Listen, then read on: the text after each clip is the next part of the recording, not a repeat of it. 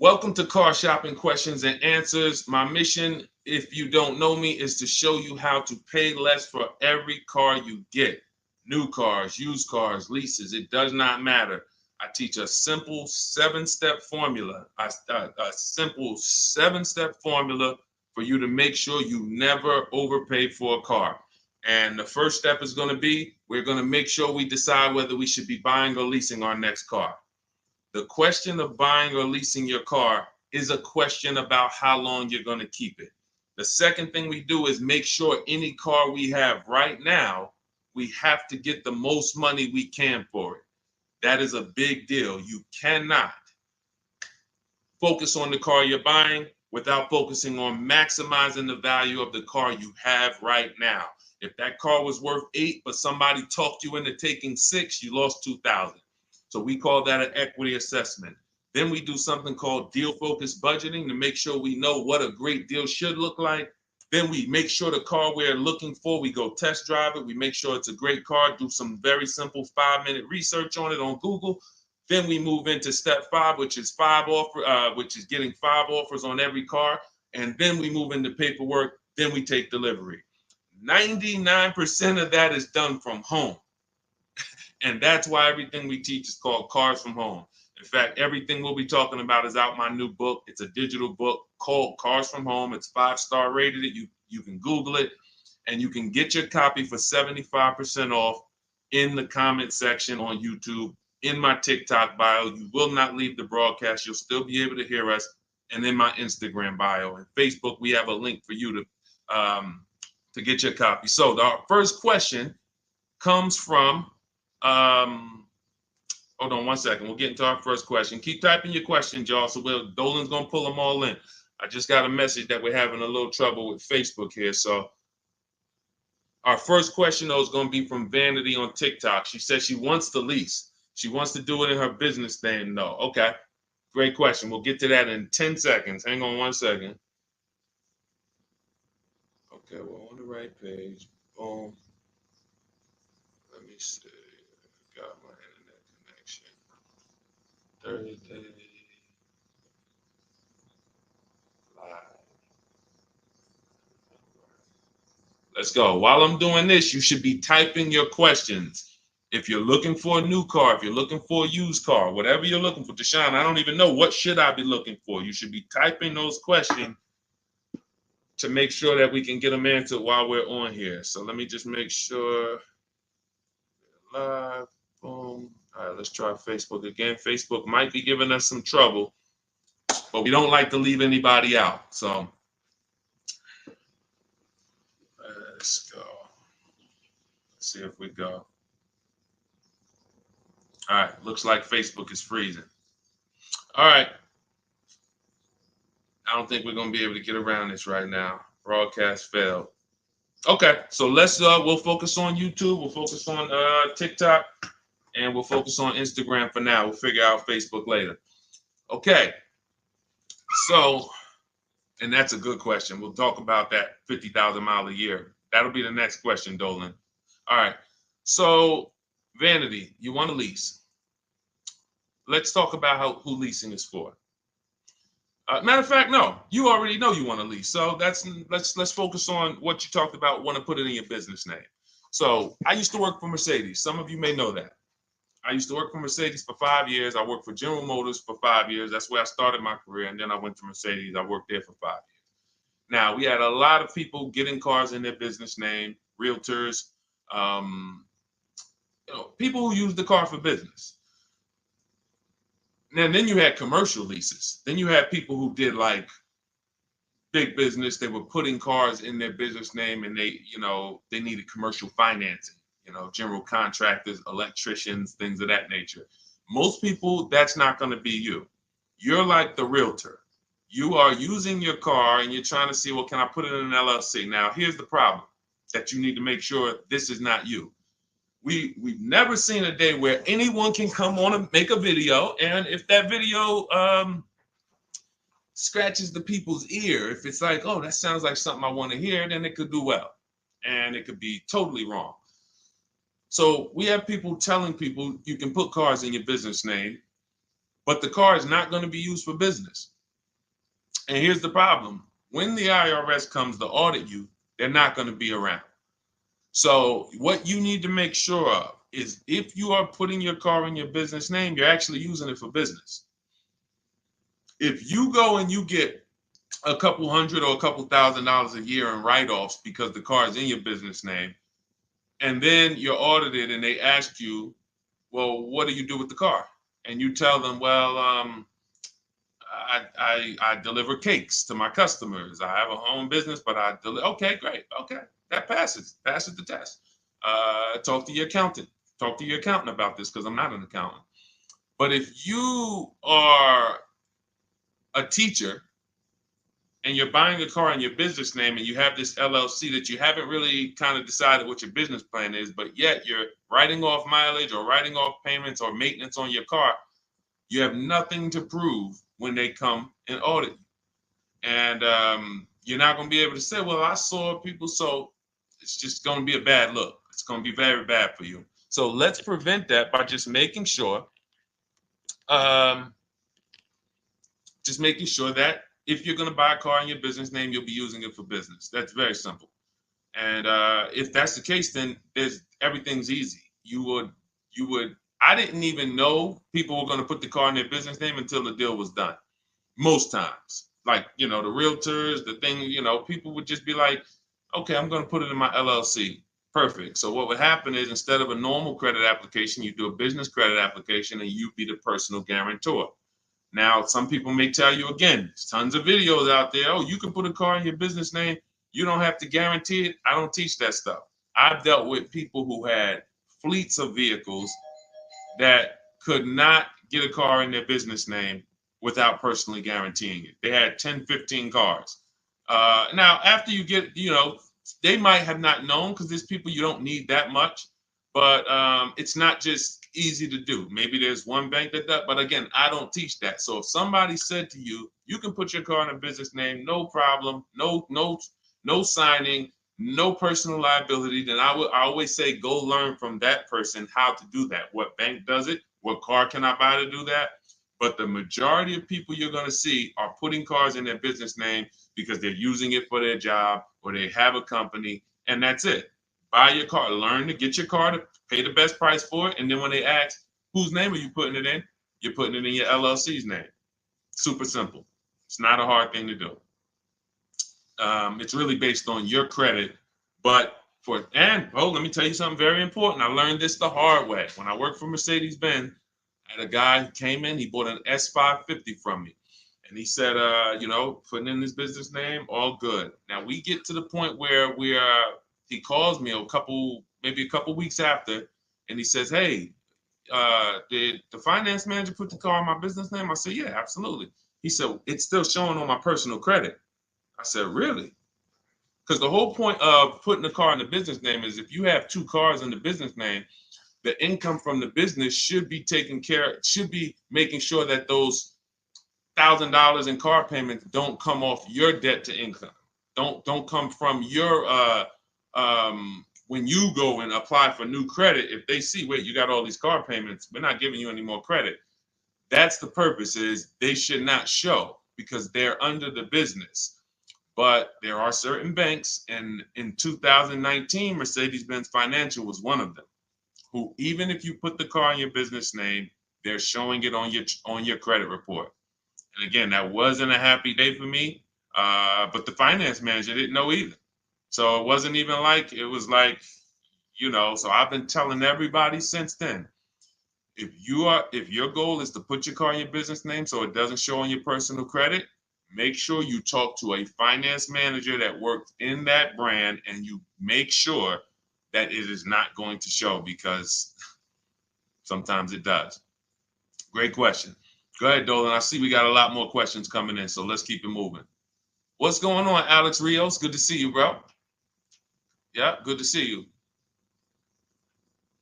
Vicky, good to see you, Anthony Lewis. This is from TikTok. What's the best way to buy a Tesla? So you can't negotiate a price on a new Tesla. It's one price. You're going to order the vehicle. You don't have to worry about overpaying for the vehicle. Here's what you do need to concern yourself with. How are you going to acquire it? Are you paying cash? If you're paying cash, then there's no negotiation. You go, you drop your check, no problem. If you're leasing it, you need to make sure that you're not overpaying for the lease. We have something we could see. All right, let's get into the meat and potatoes of paying less than everyone and making sure we don't actually overpay for anything.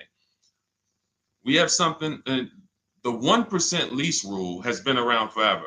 That means if I'm looking at a $40,000 car, when I shop, if I get a payment under $400 with no money out of pocket, it's a steal. In my book, I call that the steal. We have 3 different types of lease outcomes. The steal is 1% or less. The deal is between 1% and 1.5. Time to chill is over 1.5. So, because I saw these people signing terrible lease deals. If you look at your payment, divide it into the MSRP, take your down payment out of it. You got to put your down payment back into, you got to do some math to say, all right, what would it have been if I didn't put that 3,000 down, that 5,000 down, and you just do like a sign and drive? If you divide that payment into the MSRP and it's over 1.5%, there's no value there for 12,000 miles per year. We adjusted. We got 15,000. Jen just got it. She just got her 18,000 mile a year lease because we do high mileage leases. That as long as we still have a great deal, there's nothing wrong with, oh, I shopped my best offer. It was 1.1 or it was 1.2 or it was 1, and then I adjusted the mileage, and now it's higher, but still it's a deal because you have to have a deal before you adjust your mileage. But if you do that and your payment's over 1.5%, there's no value in leasing that vehicle. You're paying too much money for a vehicle you're giving back. Say, what's up, Parth Patel? Good to see you. Same thing with 4-year leases. Add up all the payments. You'll see.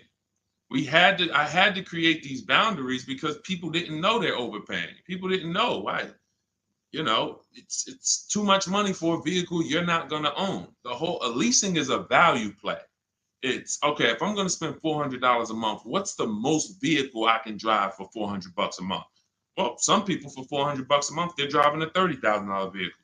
Some people for $400 a month, they're driving a $40,000 vehicle. Some people for $400, they're driving a $50,000 vehicle. There are people who, the better lease value you get, the more value you have. It's just, leasing is a value play. So when you add up all these payments, that's what you need. So that's what you need to concern yourself with if you're going to lease the Tesla. And if you're going to finance it, then you need to make sure that you are doing what we call the bank bidding war. I teach this in my book.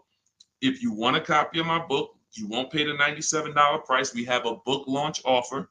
It's 75% off. You can get your copy in the comment section on TikTok, on YouTube, or in my TikTok bios, or in my Instagram bio. It'll be in your inbox in literally 2 seconds. In fact, as soon as you pay, on that thank you page, you get 2 very important things. One is the link to open the book. I also email you a copy.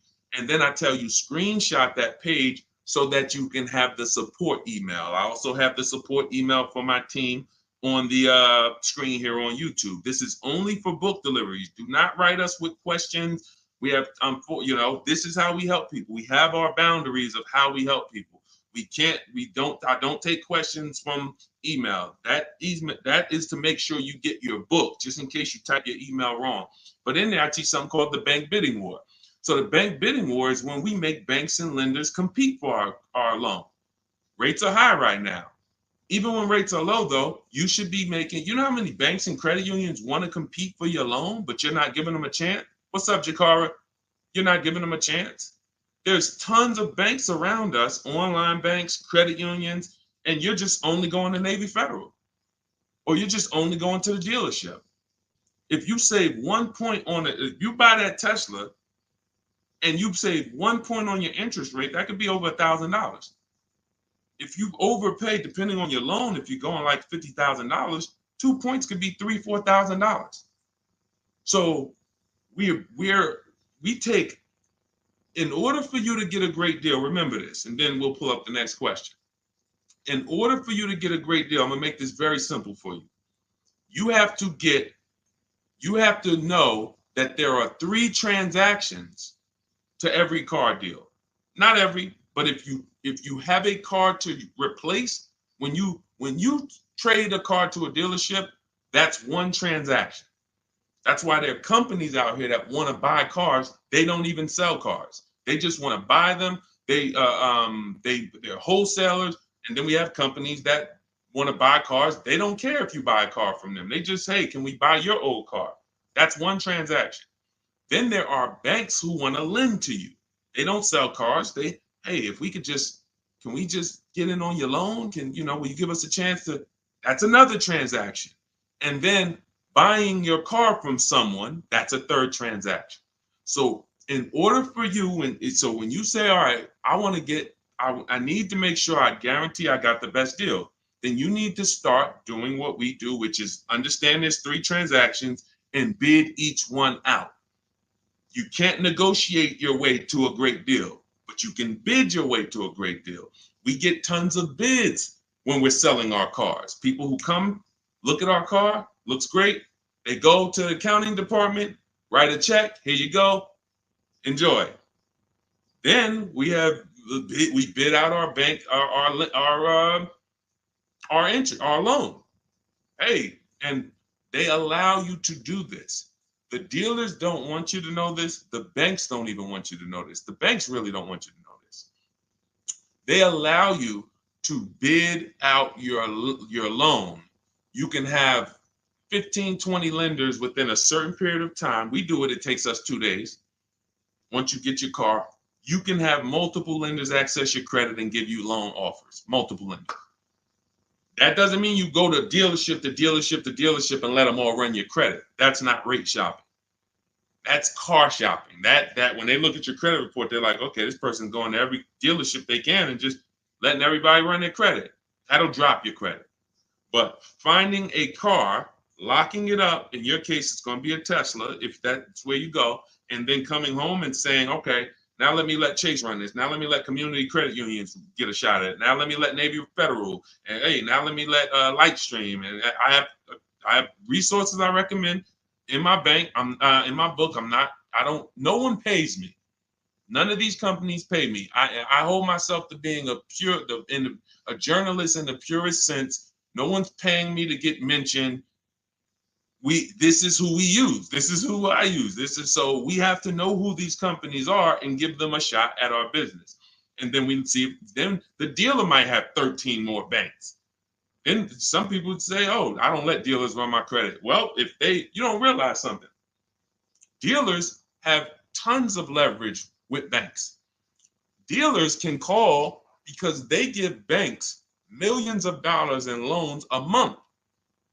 So they can call if they're trying to beat a rate. If you come in, hey, this is my rate, 6.2. Oh, listen, I need to beat this rate. The problem is when you go and let them be your first offer. So when you get your Tesla, if that's what you decide to do, you need to make sure if you have an old car, you're bidding that out.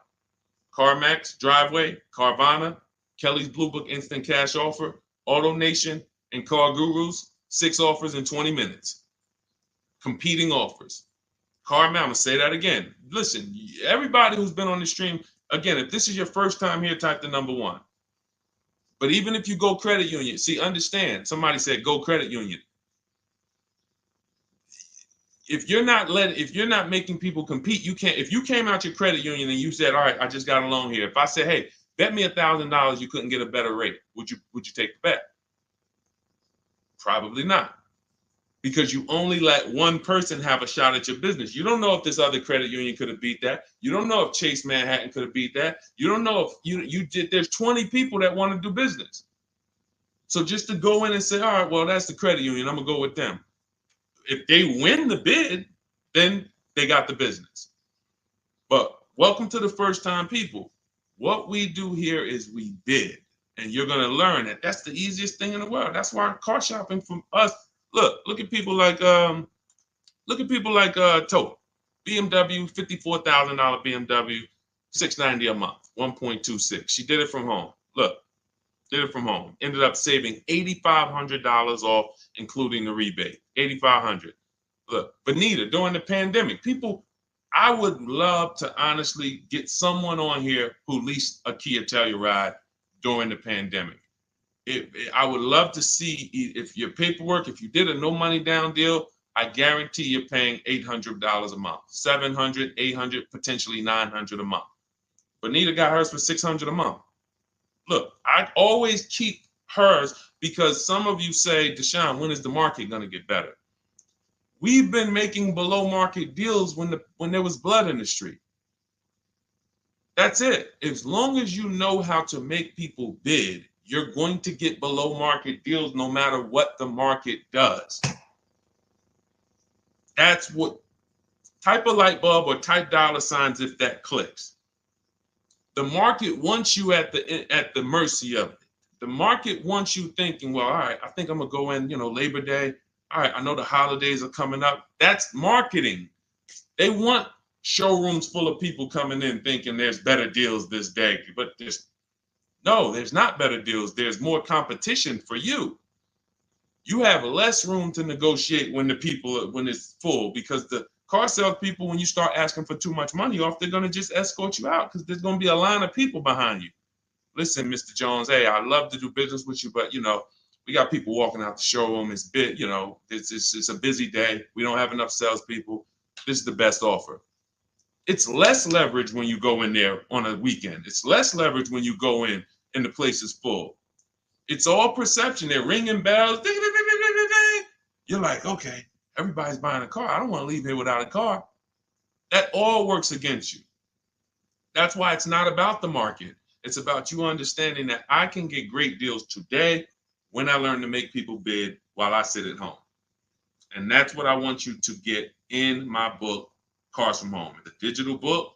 The reason it's a digital book is because I updated Vroom went out of business earlier this year. Had to update the book. Had I mailed you a copy of that would be irrelevant. But as soon as something happens, we go into the master file, update it. You got the new book. Vroom's gone, and you never even knew Vroom was there if you just got it. That's the whole point. Now you can get your copy. You can pull up the next question, Dolan. YouTube, I have a link for you. It's only good for 30 minutes, though. I'm not putting the welcome offer out there indefinitely because I'm incentivizing you to take action. The book is normally $97, worth every dime and more. That book is going to be one of the most valuable books to your bank account you ever bought. But as part of our welcome offer, you can get it for $97. You can get it for 75% off in my TikTok bio, in my Instagram bio.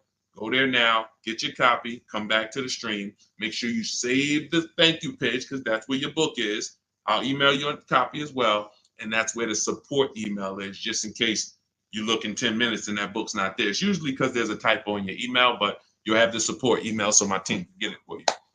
Okay, go ahead, Dolan. Shoot the next question up, brother. Okay.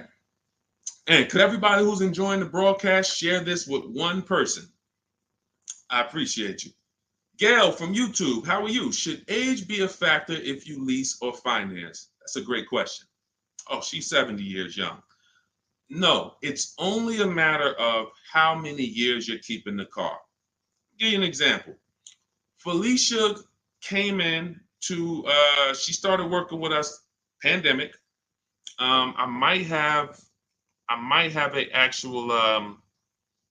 a picture of her BMW she got. She never thought she could afford a BMW because who knows how every $5,000 on a car loan is about how much per month. And this is why you'll understand leasing, if you're not keeping your cars 8 years, is going to allow you to drive cars that you didn't think you could drive before. I had 4 Infinities that I leased. Before I bought this Infinity truck, I had 4 that I leased. And I know I'm talking to some people and you're like, Deshone, I was taught never lease cars. If that's you, be honest. Type I was. Type, me or I was. You were taught never to lease. I want to tell you that the people who taught you that, the people who programmed you, Dave Ramsey might have been one of them. Dave Ramsey does a great job helping people get out of debt, helping people invest in the stock market. God bless Dave Ramsey. He's helped a lot of people do that. But when it comes to cars, he has cost you more money than he's going to give you back. The bad leasing advice is totally wrong. And in fact, I'm going to prove it to you. When you look at a great lease deal. Look at Ansley. Ansley gets a 2024 QX60 Infinity $58,000 truck. He's paying $554 a month. Every $5,000 on a car loan is about $100 a month. So when you walk into a car dealership and you're shopping, you're looking at a used car, you're looking at a new, when you see $10,000, you should think to yourself $200 a month. You see, oh, I see you asking 25 grand for that. You should think $500 a month. Oh, that's a $50,000 vehicle, $1,000 a month.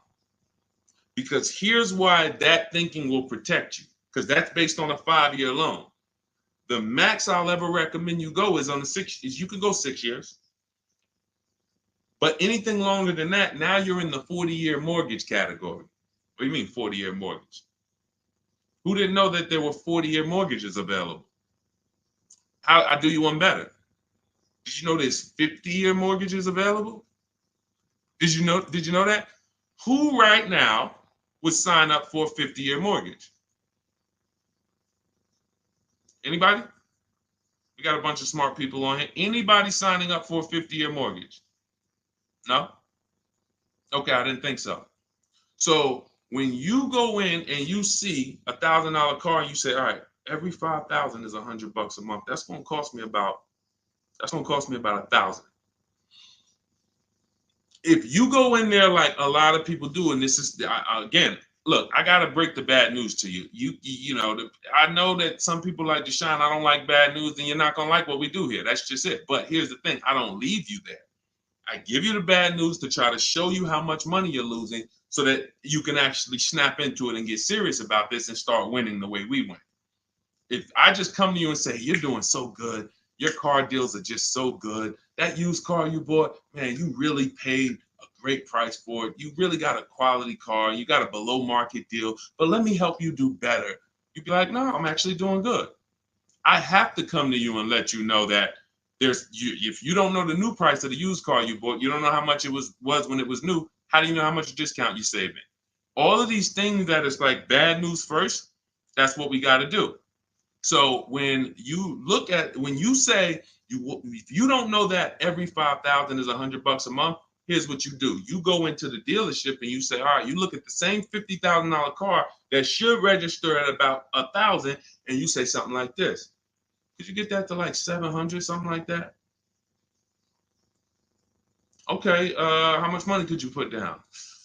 I could probably put down like 10. Okay, even if you put down 10. Now that should, in your mind, if you went from that 50,000 to 40, you should be like, okay, well, even if I put 10 down, I'm still going to be around 800. But here's what they're going to do. They're going to put you into a loan that's so long, you're not going to even realize it. And I've had people who come to me with cars and they're like, D, man, I think I'm ready to switch this car, man, but the dealer telling me I can't get out of it. I said, all right, how much you paying? All right, payment's not too bad. All right, you know how many years, how long is the loan? Oh man, I ain't even asked. Okay. You already telling me where we're going. This is gonna be bad. Man, you in a 96-month loan. You in an 84-month loan. That's what not having these things in mind becomes. So going back to Ashley here, if he walked in to get that same 2024 Infinity that he just leased for $554 a month with, look, first month's down, first month payment, he gave him $554, drove off in an almost $60,000 car. That would be $1,200 a month almost. $1,200 a month. I told you, 4 leases I had. If just Infinities. I had a G62 and then I had a Jeep Grand Cherokee as well. But 4 Infinity leases, these were $40,000 cars I was driving for under $400 a month. Cars that would normally cost, cars that people are out here paying $700, $800, $900 a month for. Because they believe the never lease a car lie. They believe, oh, leasing is renting. Okay, well, I'll be renting for 3 years and then I'm gonna go and switch it up, do something else, keep all this money in my household. You go ahead and do that. Oh man, the car broke down. Man, yeah, man, it's 5 years old. Now, oh, you don't have a warranty? Nah, the warranty just expired. All right, man, listen. You go ahead and do that. That's why I say to people who you believe they owe you money. Just learning about deal structure, you'll be like, that's why I tell you, you can't get a great deal if you should have leased what you bought. So, Gail, to answer your question, no, has nothing to do with age, has everything to do with you asking the first question in my book, the most important question, which is, how many years am I going to keep this next car? That's the question you ask yourself. If y'all are enjoying what you're seeing on TikTok, could y'all keep tapping the screen, run those likes up? Can we get those likes over 1,000, 2,000? Let's just run the likes up if you're enjoying what you're hearing. That's the issue. You always ask yourself, this is the question you ask yourself, all of you who are car shopping right now, how many years am I keeping the next vehicle? And if it's 8 or more, then you're going to shop for a below market purchase, new or used, depending on your budget. If it's less than 8, if you're like, I'm honest, man, I don't think I'm going to keep this thing 8 years. You should be shopping for a below market lease, and it's not even close. It's not even close. All right? Doesn't have anything to do with your age, Gail. Go ahead, Dolan, shoot the next one up. All right. Great questions today. Keep typing your questions, y'all. We'll get to as many as we can before the stream ends. All right. This one's from YouTube. I drive up to 50,000 miles a year for gig work. I would like to lease. Here's the problem. High mileage leases are a thing. So we get a chance to dispel a myth right now, which is, oh, that leasing, they limit you on mileage. You choose your mileage. Most vehicles will write you a lease contract up to 30,000 miles per year.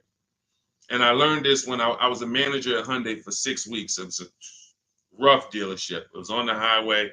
People were fighting in the back, drugs in the back. It was rough. So 6 weeks I was there, and then I was like, all right, this ain't for me. But in that time, I learned something that I had never learned before, being with GM and with Mercedes. Person comes in, they drop off their lease, and they're like, I go in, we got to get the mileage off the car. And I see it's like 72,000 miles on the car. And I said, wait a minute, hold on. You lease this? He said, yeah, I always lease, because every time I used to buy my cars, I come back 3 years, 4 years, I always had tons of negative equity. I had to write a big check or roll that over, which I know because this is what I was doing with my clients. Every single car, hey, you got like $8,000 negative equity. You got to roll that over. But once I saw how he was doing it, I said, wait, hold on. I looked at his contract. He was only paying like $175 more a month than the normal lease rate. Literally $175 more per month. He gets 25,000 miles a year. And I'm like, this is great. Because $175 per month more times 3 years is much less than if he brought that car back and had to write a $12,000 had $12,000 in negative equity, which a lot of you high mileage drivers continue to have. You have the worst negative equity more than anyone. Normal drivers who buy, but they should be leasing, they're going to have $5,000-10,000 in negative equity. High mileage drivers, you guys could have 10 to 15, 18,000 because you're depreciating the value of your cars. Your car's value is like this, but your loan is just moving very slow. So that's when I started telling people about high mileage leases.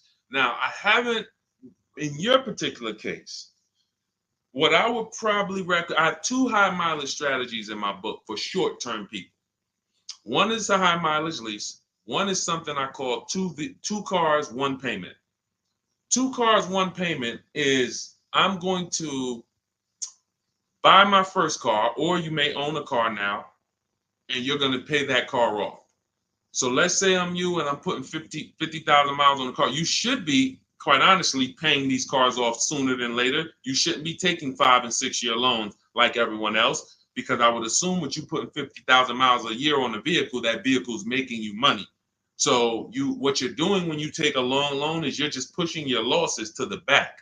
Instead of taking a shorter loan, like a 3-year loan, max 4, and then saying, okay, I'm going to drive 50,000 miles per year, 200,000 miles, I'm coming in, I'm going to turn this vehicle, and I'm going to have it paid off, though.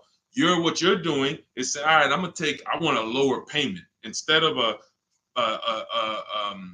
4-year payment for, $650, $700, I'm going to take a 6-year payment for $400.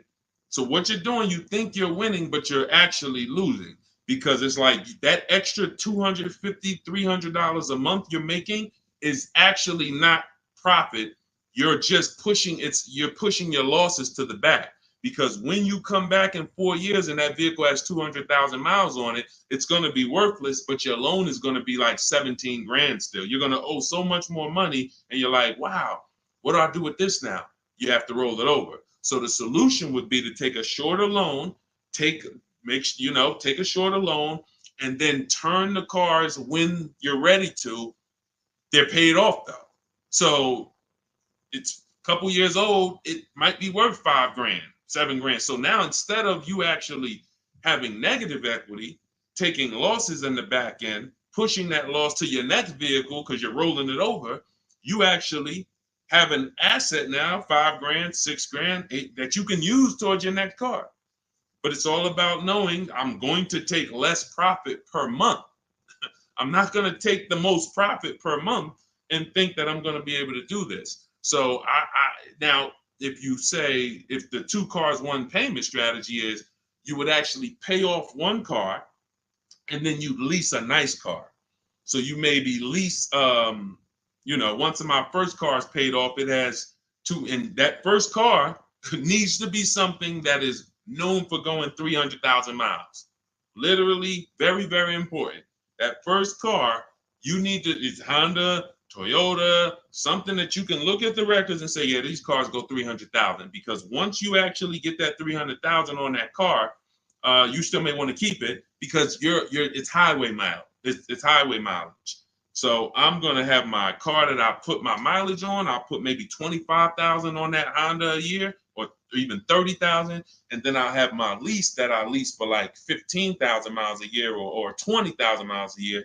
And then I got my nice car. I switch every 3 years, and I got my lease car.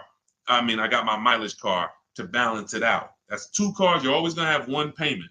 So that's really 2 strategies for you to consider: buying a car, taking out a short loan, switching the car every 4 years or so, and not leasing. Just literally run the miles up, make your money on it, come back, do it again. But do not buy these cars and put 5 and 6 and 7 year loans on them at all.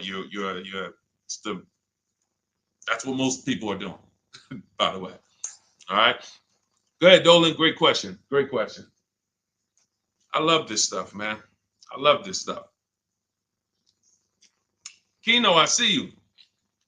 Armando Lara, if you're enjoying the stream, type $signs. If you're enjoying the stream, type $signs. $signs. I already know this stuff. I already know this stuff. I need you to know it. I need you paying, I need you confident in your deal. All right. TDA Tastemaker from Instagram. If I have a car in my possession, but I defaulted on my loan, but I still have the car, what's the best way to get my title? I don't know. You're not paying the loan, you defaulted on it, and you're trying to get the title. No way. There's no way. They're not going to release the title until it's paid off. Got to figure out a way to pay or sell. I don't even know. Can you sell it? Depends on where you are. How far behind are you? We can try to get out of that car, go into something less expensive. I would try to sell the car. I would go on CarMax, Driveway, Carvana, KBB Instant Cash Offer, AutoNation, like Car Gurus. Get my 6 offers, see if you can sell it. Go into something less expensive because that repo is going to follow you. So what's happening is this is baggage. This is why I need you to either fix your credit over the next couple years. You can follow Shonda Martin. Y'all know I recommend her all the time. She's just like me, but she does credit. She'll get on, tons of hours of information. She helped me, just little tips she helped me. I went like another 50 points on my credit score, just stuff I didn't understand because I don't study credit. You know what I mean? I'm not an expert in credit. Even though credit involved, think about that. Credit is a big part of what I teach. But I don't go into credit because that's its own subject. So Dave Ramsey would be like, hey, well, a lot of my people are buying cars. I guess I'll talk about that too. No, let the experts talk about that. You go find the experts and bring them to your people. So I always say, I don't talk credit, follow the experts. But when there's negative equity and bad credit affect your car deals. So the mission is, how do I make deals without negative equity? You got to know the cause. You should be leasing, but you keep buying. You should be shopping for below market leases, paying cents on the dollar, but you keep buying. Second cause, the second thing affects your deal is bad credit. So we got to make sure that we are working on our credit, and until your credit is fixed, you should be driving something inexpensive. Get the least expensive car you could afford.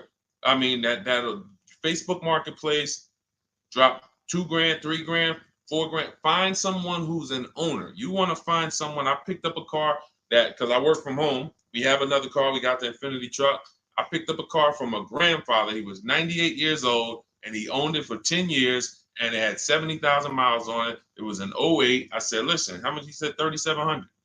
I said, all right, let's go. It's a great deal, and it's just my point A to point B car.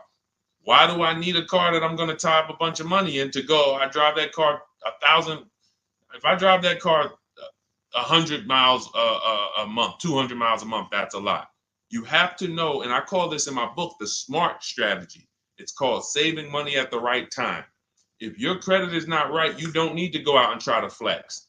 You need to be trying to get something inexpensive. Oh, but they're going, man, I can't pull up like this. Then you go ahead and be financially foolish.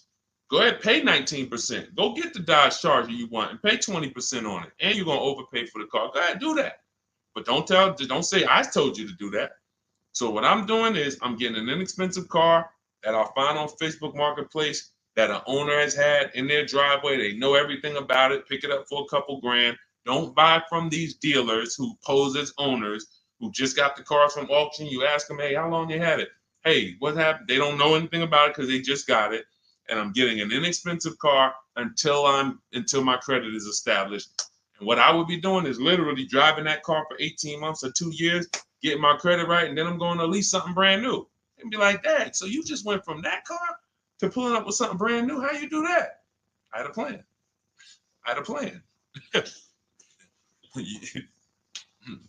how we do. So all of this, everything I'm teaching is out my new book. It's called Cars from Home, 7 Steps to Saving Time, Money, and Avoiding Dealerships. It's normally $97. You can Google it. It's 5-star rated. I think we have, how many ratings do we have now? I think we have, thank you to everyone who's reviewed the book, who's rated it. I appreciate it. 58 ratings. Appreciate it. You can read what people say about it. You can see how they've used it. You can see everything. So you won't pay the normal $97 price. If you go to my TikTok bio, as long as you get there before that timer hits 0. If you went to that page and that timer started clicking, once it's 0, it goes back to $97. You won't get the 75% off. So go back, get your book, and then you can come back to the stream. But make sure when you get your book, you save the thank you page so you can have the support email just in case your book doesn't hit, you usually type your email wrong, you type in too fast. We'll make sure you get it. And then on YouTube and Instagram, you go to my bio, get your copy. YouTube and Facebook, we have a comment for you in the link. We have a link for you in the comments. Next question, Dolan. Go ahead, man. This one from Instagram. I'm doing a regular lease. I need help. Can you explain the 1.2? Okay. Can you explain the 0.125 APR again? Should that be close to my monthly payment? Can you help? I'm trying my best, but they're trying my patience. So, first thing you're going to understand is the 1% rule. All right. When we go out to lease a car, in our deal focused budgeting step, this is something in our step 3 in my book. It's 7 steps. It's called deal focused budgeting. That means we are budgeting for what a deal should be, not for what we could spend. So if we're looking at a car that's $40,000 and we're like, okay, I'm going to shop for that car. When we're basing everything on the 1% rule, which is 1%, a 1% payment is 0.01, 0.01, $400. So you take the MSRP, $40,000 times 0.01, $400. That's the 1% lease deal. Anything lower than that, now you don't get these deals by negotiating. We get multiple offers. Some people are like, Deshone, I can't get no deals like that. Well, we got tons of them. If y'all want me to show them to y'all, we got tons of them. But anyway, that's a steal. That's not a deal. I call that a steal. Anything less than this, you stole a vehicle. Now, the 1.5% rule, which is 40,000 times 0.015, that's the max. That's the max. We're not going higher than that because once you add that up for 3 years, 36 months, 21,600, that's right around the cap of where we're gonna, because you got 40,000 plus taxes and everything like that. So call it around 43, 45. You want to pay no more than like 21.6 over 3 years. That's the cap. And if that's the best offer, it could be the lease program. They don't have much support. They got a high money factor. They got not much rebates, high demand, whatever it may be. But once we get 5 offers, if it's over 1.5%, we don't get those cars. So now what this person's asking about is that middle point, which is 0.0125. So we take the 40,000, we say 0.0125, that's going to be 500. So anywhere under 1.5 is a deal.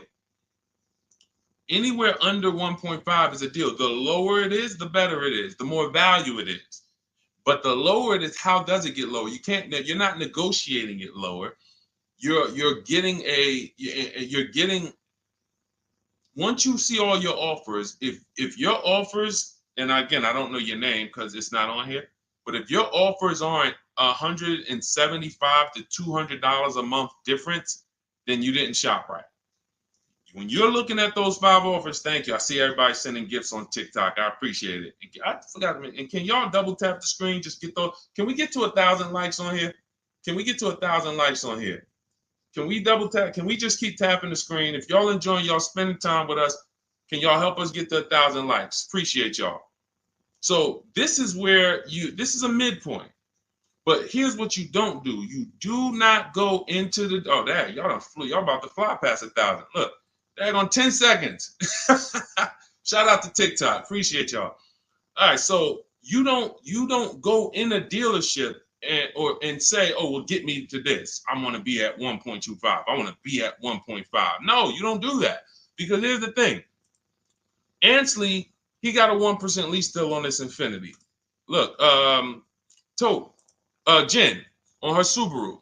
She just on her Honda CRV hybrid. She got a 1.3 lease deal, $512 a month, $40,000 vehicle.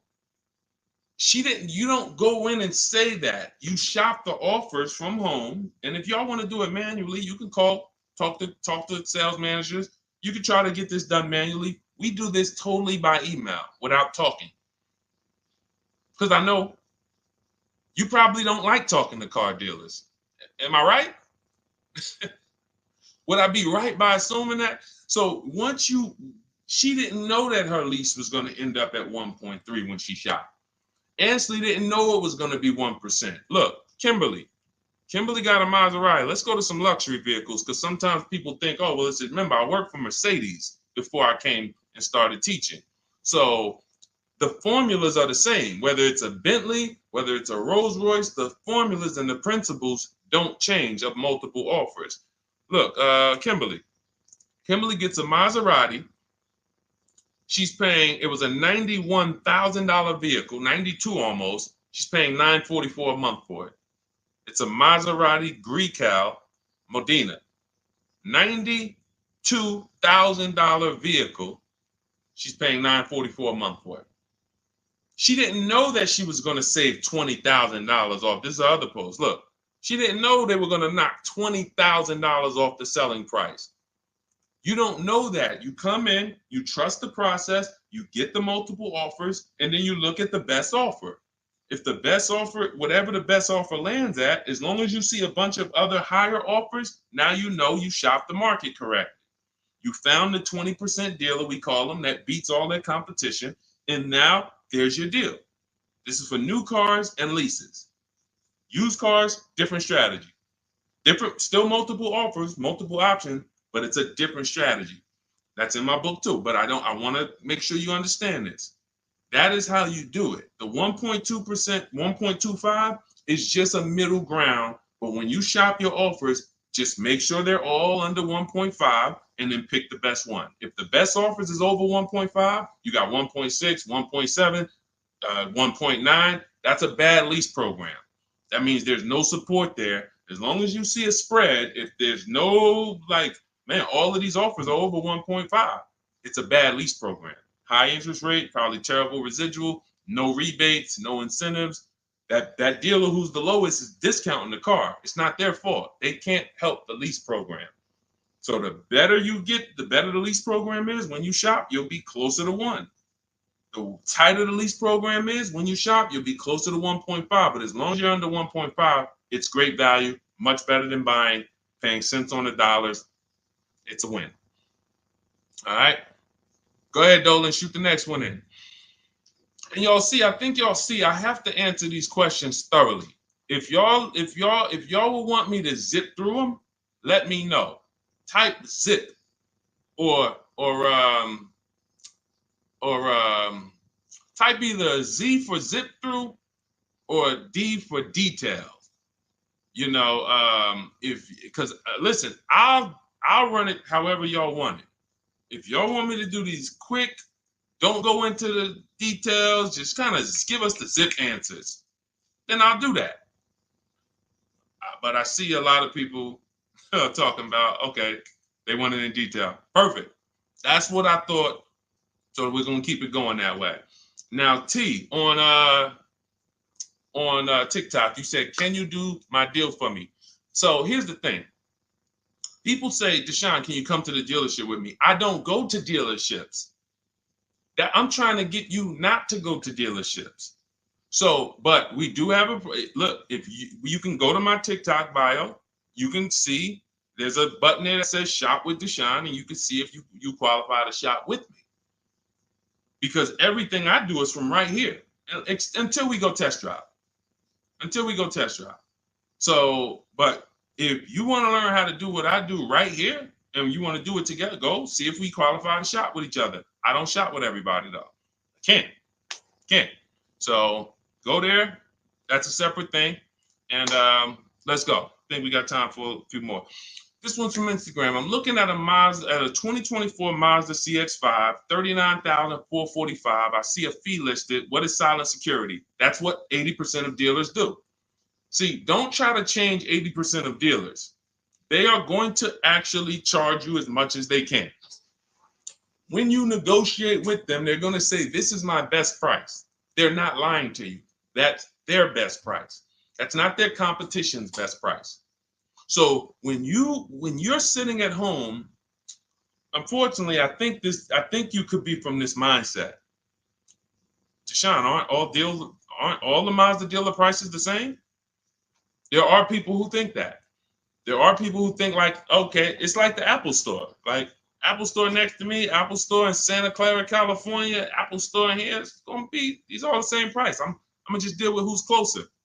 It's like McDonald's, right? Same price here, let's go to the closest McDonald's. Nope, it's totally different. These are competitors.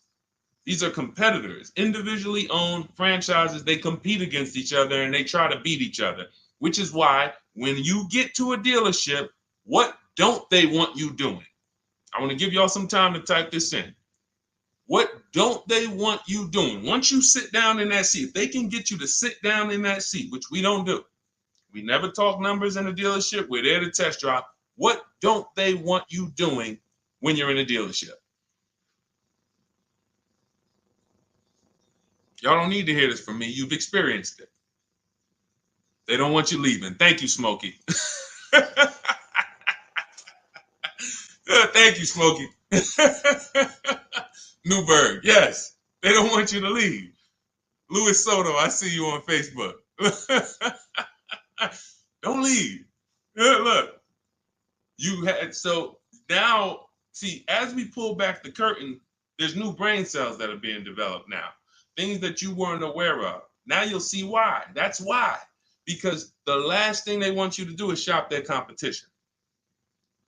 Their last thing is, hey, what can we do? Just tell me what we can do. That's why they're just gonna sit there. Hey, come on, tell me what's gonna make you happy. Well, what's gonna make me happy is you give me time, let me go home and actually, shop around a little bit. But is there a number? Is there a number that I could offer you where you wouldn't even shop? These are all trained questions to keep you there. I call them the showroom shackles. It's like as soon as you sit down, like a little, boom, little handcuff comes out. You can't go too far. So this is what you want to avoid like the plague. We do not talk numbers in dealerships. We don't talk to salespeople unless we're there for a test drive. These are things that everybody who I'm sharing with you, from Greg to Danielle with her Audi lease, Eddie on his pre-owned, on his Toyota, got a brand new Toyota last year, still during the pandemic. It was still, look, he said, I shopped around. I was able to get everything I wanted, plus more, $2,086 under MSRP in a 1 week window. 1 week. So this doesn't take a lot of time. Some of you like, Deshone, well, I only got a couple days. Could I make a deal in a couple days? Look, not even Eddie. I'll give you one better. Look at Ansley. Ansley's got his, Ansley, look, on his 2024 Infiniti, he said, look, I started the process Saturday. I accepted a deal Monday. I need you getting these deals in 90 minutes. 90 minutes. I have never gotten any car that I ever got spent more than 2 hours on the whole process. Never. From home. Now, I want you to spend more time than that shopping. Shopping is deciding what you want. Going test driving, going seeing cars, seeing options, looking at cars, deciding that. No rush on. We don't let anyone rush us on that. But when it comes time to get the below market deal, 90 minutes. We got the internet. Why should it take me more? We do everything we do. So look, 2 days, Ansley did it. This is what you have to do.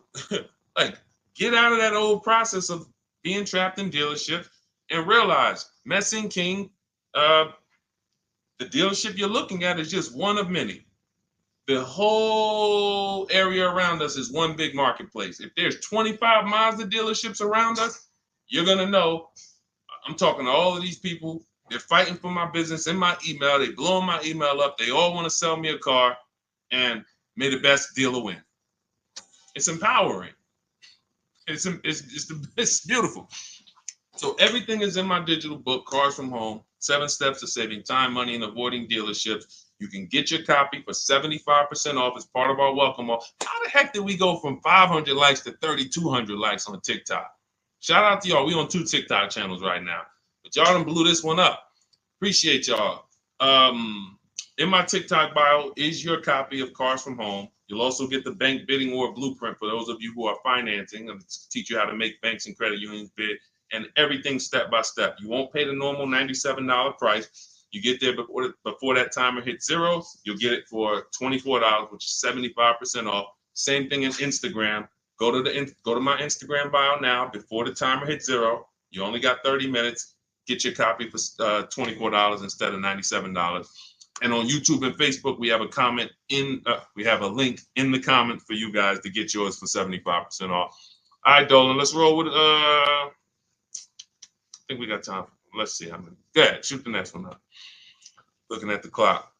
I have front bumper damage on my Ford EcoSport and 3,500 negative equity. What should I do? There's only 2 things you can do to get out of negative equity and into a new car. One of them, there's 3 things actually, but one of them doesn't get you a new car.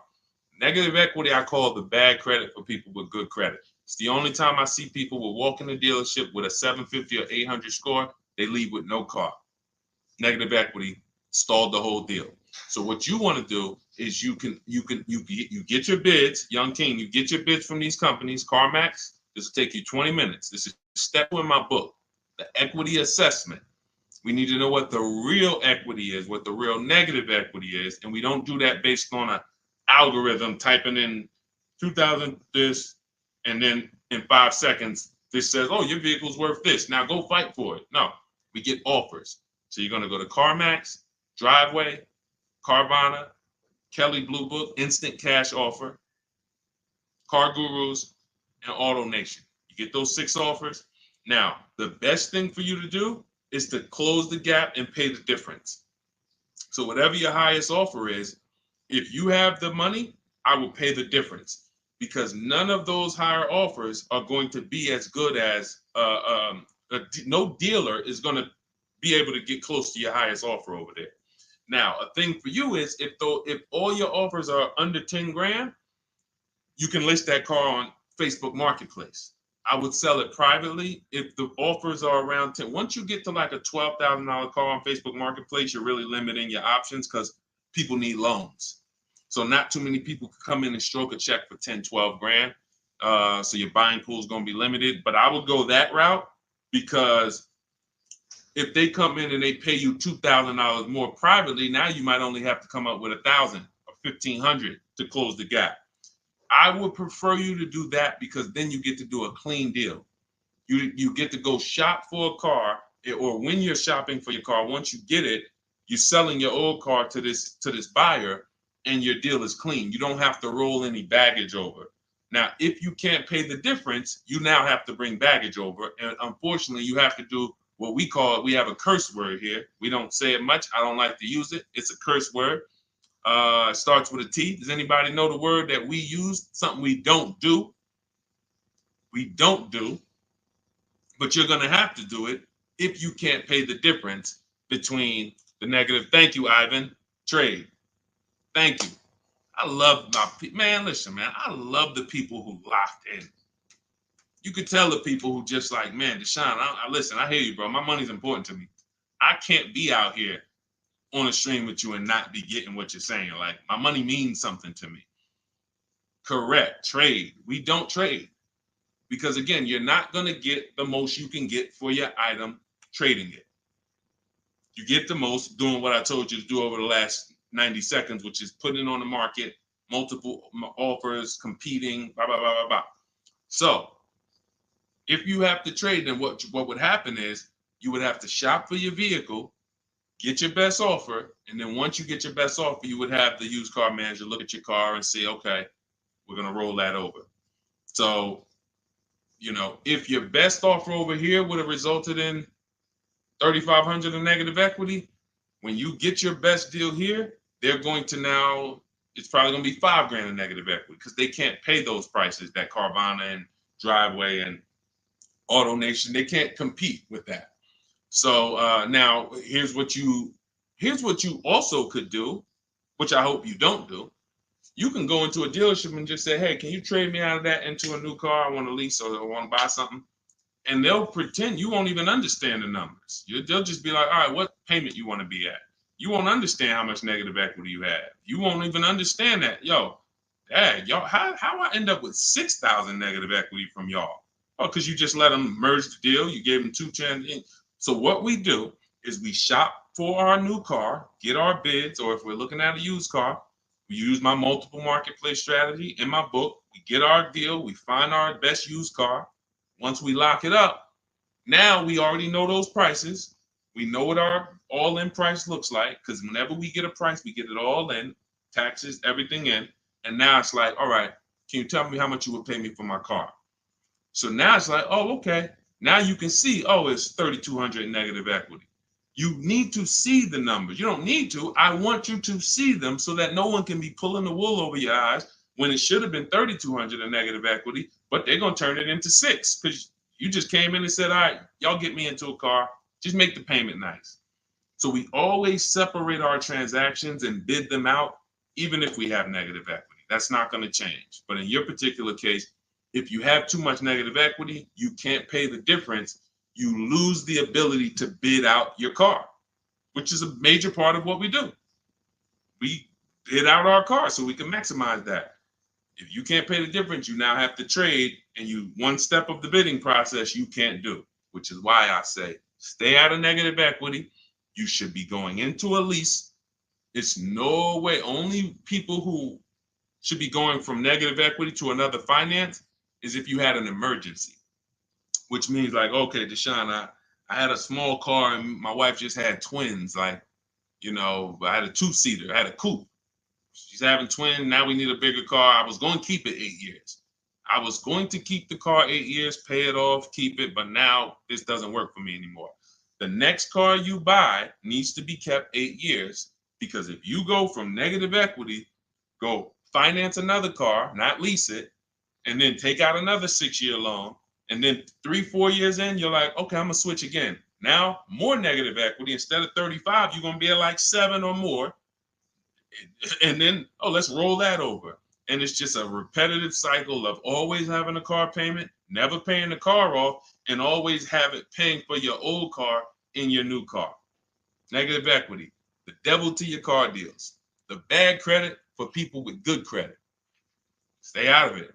Learn the lease. All right, y'all. Listen, we just hit the hour mark. Great job. Thanks for everybody who tapped in. I hope you got a lot of value out of this. Again, some of you who are like, Deshone, I need the blueprint. I want everything you teach step by step. Walk me through each play. My book is called 7 Steps to Saving Time, Money, and Avoiding Dealerships. It's a digital book. It'll be in your inbox in literally 2 minutes. Go to my TikTok bio, use the 75% off link. Go there, you'll have it. But make sure as soon as you activate that link, Instagram too, you screenshot the thank you page. As soon as you pay, you get the thank you page has the book. You scroll down, it says click here to open your book. I also email you a copy, but I want you to have that support email just in case you type your email wrong or something and it's not there. You can get in touch with my support team so you can get your book immediately. YouTube, we have a link for you, as well as Facebook in the comments. Use the 75% off link. You won't pay the $97 price. But again, if you missed it, and that you was like, Deshone, I went there and that countdown is 0. It's back up to $97. It was a 30-minute offer, and I've been saying that for the last hour I've been on here. So it's still worth it at $97. There's no one who's going to get that book, use it, and be like, Deshone, that wasn't worth $97. You'll be like, Deshone, this is, I got a bunch of books on here. I'm going to end with this. I got a bunch of books on here. I'm going to be honest with y'all. I can't tell you if any of these books are actually saving me thousands of dollars. A couple. I got some good ones. Don't get me wrong. This will be a book, when you look at all the books you ever got, this will be top 3, guaranteed, where you said, this book saved me more money than any other book that I own. Top 3. That's Cars from Home. And that's the standard we hold it to. It's already 5-star rated. And if you use it already, please go to Goodreads and add to the ratings. We'd love to see it. All right. I'll see y'all on the next stream. It's always a pleasure. God bless you. Keep winning. And make sure you send me your success stories by email. I want to see your car deals. All right. God bless.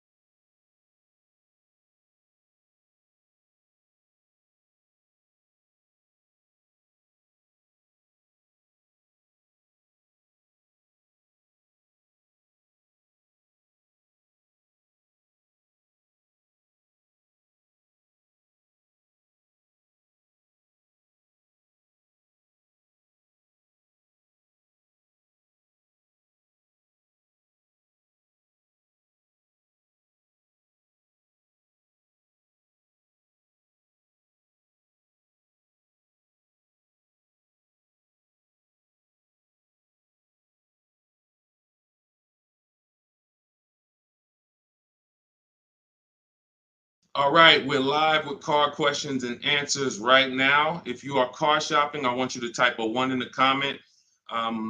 Right now, everyone's overpaying for cars. It is absolutely, it's crazy what I'm seeing right now. And as someone who spent 14 years in the car business, I cannot believe that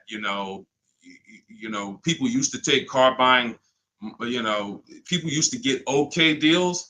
Back then, people weren't getting, hammered the way they're getting hammered now. But I see these deals. I get DMs all the time. People are sending me the prices they're paying, and I can't believe it, and I want to stop it. So what we'll be doing right now is making sure Anyone who's shopping for a car, I want you to start asking your question. We got our first question coming from TikTok.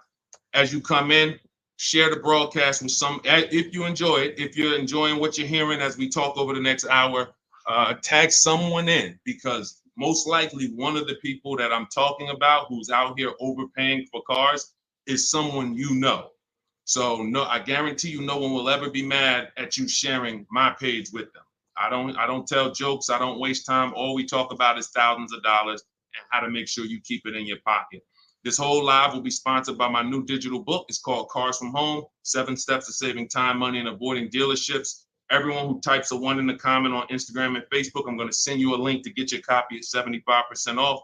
Everyone on TikTok, you want your copy 75% off. It's an instant download. You go to my TikTok bio, you won't leave the broadcast. And everyone on YouTube, we have a comment pin for you so you can get your copy for 75% off. That's the blueprint. That's the guide. That's the step-by-step for leasing, purchasing, new cars, used cars, high mileage strategies, bad credit strategies, all step-by-step so that you can have the blueprint to make sure you're not one of these people out here that's overpaying. Okay, so first question came from Coral on TikTok. Will better incentives be coming out by December? You never know what incentives there are. People will lie to you about incentives. And in fact, when you walk into a dealership, if you ask them, do you have any incentives this month? What do you think they're going to say? Even if they don't have any, they're going to say yes. Because they're never going to say, no, we don't have any, come back next month. You'll never hear that. So how do we know what the real incentives are? And just so I can be clear, because I want to talk in a way for the most, even if we got high schoolers on here coming out of high school and want their first car, I want to talk in a way you can understand this. In fact, you might get this more than some of the adults who've been programmed a little harder because, you know, they've been doing the same thing for years. Incentives or rebates and low interest rates and anything the manufacturer puts on a car to help it sell more.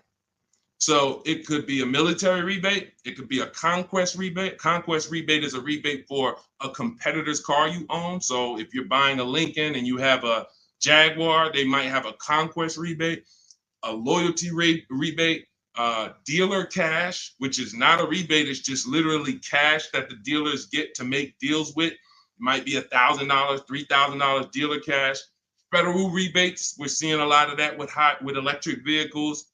There's no obligation for them to tell you about any of this stuff. If you go in there and you get a car and you didn't know any of this stuff existed, it's buyer beware. You lost. You don't get to sue anybody and say, wait, guys, I found out you guys had $7,000 in rebates you didn't tell me about. That's why it's our job to make sure we are getting the actual rebates. And how do we get it? We must shop multiple offers. Any car, and right now I'm talking to people. This is a new car and used. Some of the questions that we're going to get are going to be for new cars, leases. Some of them are going to be for used cars. This is a new car question. This is a lease question.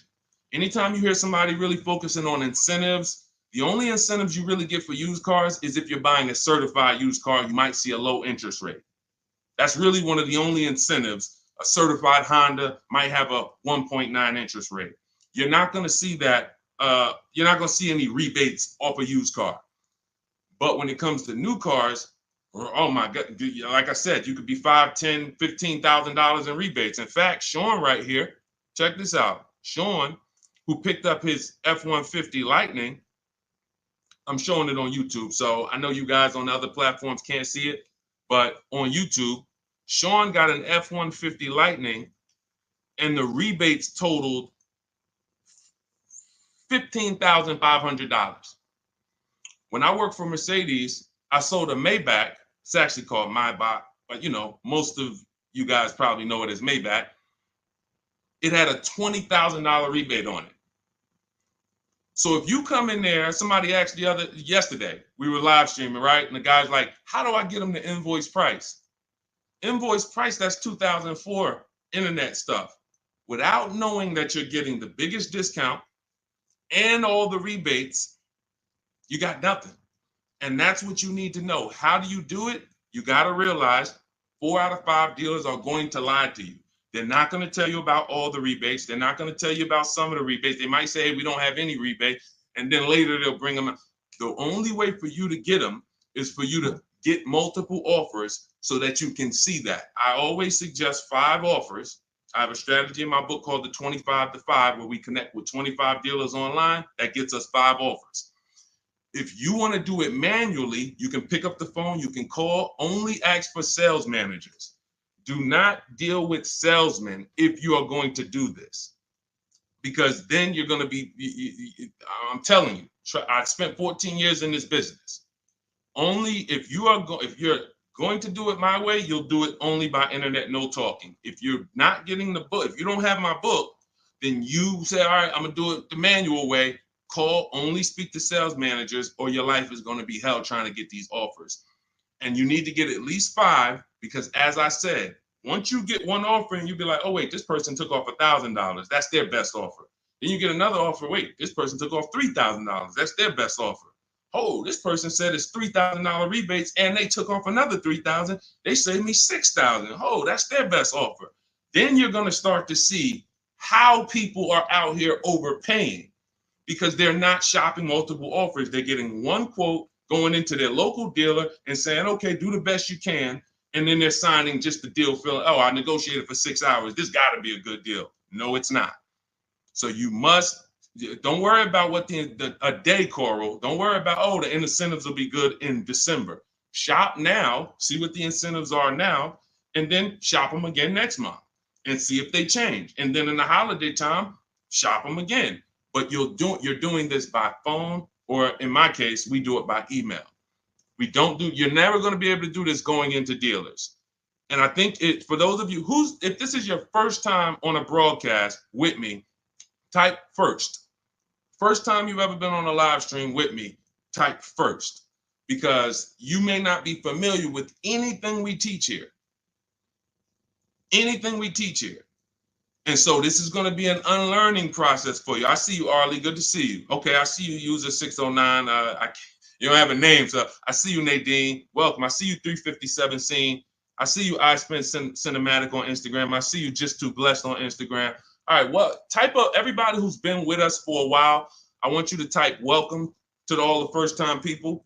I see you, Maurice Jenkins on YouTube. I see you, Libo on YouTube. Everybody who's been here before, you kind of know a little bit about the foundation, or you've been mastered this. Maybe you got cars using what we teach. Type a welcome to the first-time people, so we can let them know, welcome to the new way. Welcome to the new way. There's gonna be a lot of unlearning, but we're going to try to make it as comfortable as possible for you. But the major thing that you need to understand right up front is I teach a philosophy called cars from home, which means you can get your best offer, below market offers that no one else is getting. You can pay prices that no one else is paying without ever leaving your house. And in fact, the only way for you to guarantee that is to make deals from home, because this is where you're in control. This is where you can't let your emotions get out of control and make a bad decision. And this is where you can use the internet to talk to multiple dealers at one time and have them bid for your business. All right. Go ahead, Dolan. Everybody type your questions. We'll continue to get to them. Coral, I think you kind of got the premise of what we're, what you need to focus on first, which is, unlearning the waiting for incentives and shopping wide, talking to multiple dealers, and actually monitoring the incentives from month to month yourself. Okay, what's up, D? This is Maurice from YouTube. What's up, D? I want a pickup truck. I like the Chevy Silverado. Okay, I know you said not to lease a vehicle you like. Okay. When did I say that? I know you said not to lease a vehicle you like. So I'm getting confused on financing and leasing. Okay. Okay, let me be clear. I never said don't lease a vehicle you like. I know you hear a lot of stuff from me, and that could be you might have gotten confused somewhere. It's all good.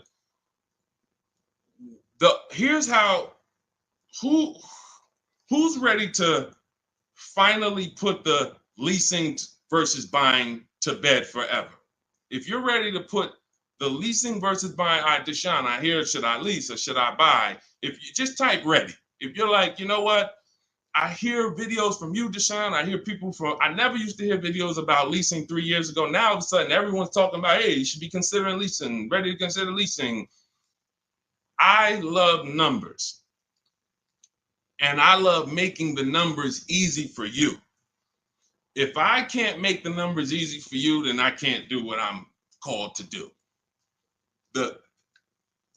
The easy way to know from now on, should I buy or lease a vehicle, is to ask yourself, how many years am I keeping the next vehicle? When you're considering a lease, you're considering how you're going to beat depreciation. I see y'all tapping the screen. Every time you hear something on TikTok you like, just double tap the screen and y'all keep running those likes up. I appreciate it. TikTok brings more people over here. And, you know, I appreciate you guys. You guys help this message spread. You need to ask yourself, this is the first question. In my book, some of you have it, my digital book, Cars from Home. The first question before anything, before what car I want, is how many years am I keeping the next car? Because when you are getting a depreciating asset, you have to look at it like this. Every time you buy a car, I want y'all to think about this. What is this, Deshone? This is depreciation. If you buy a car today for $40,000, how much is that car worth in how much is that car worth in 5 years? Throw some numbers out there. You buy a car today for $40,000 in 5 years, average miles, how much is that car worth?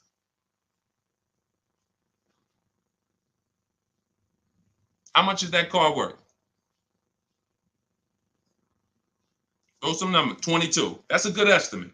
That's a good estimate. 357 said 4,000. You're not losing that much unless you just bought trash. Now, there is something coming to electric car owners soon, and we'll talk about that. Remind me to talk about the huge warning I have for electric car owners before we end it. 20,000. Now, check this out. If you buy a car for 40 and it's worth 20, okay, that's good. That's half in 5 years. I think it's going to lose more than half in 5 years, quite honestly. But when you're getting your car, you're trying to ask yourself, how am I going to beat depreciation? How am I going to prevent having something that I tie up money in for 5 years and that money is just losing value every time? Now, the way you beat depreciation is to keep the car a long time.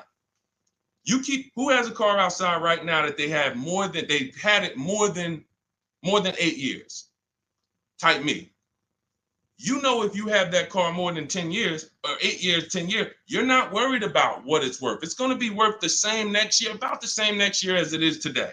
That means you beat the depreciation. That means your depreciation is no longer like this. It looks like this. Today, your car is worth $8,000. Next year, your car will be worth $7,500. You're not losing that much value.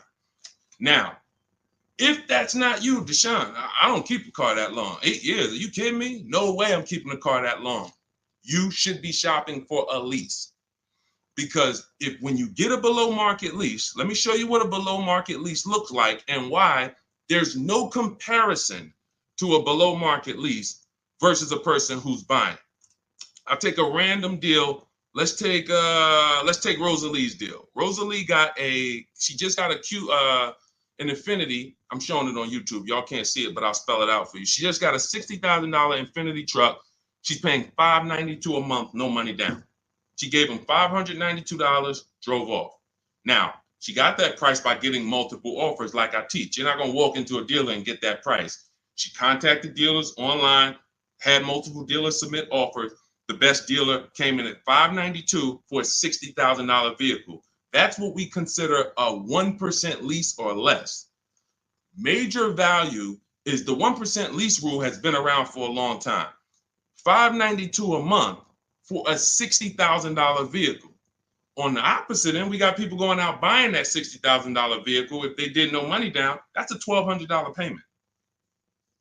So it's not even close. And it comes down to depreciation. All you have to ask yourself is, am I going to shop for a car that I'm keeping more than 8 years? If so, I'm purchasing. Don't think about leasing. It's not even important. Don't even think. People say, Deshone, you think everyone should lease? Absolutely not.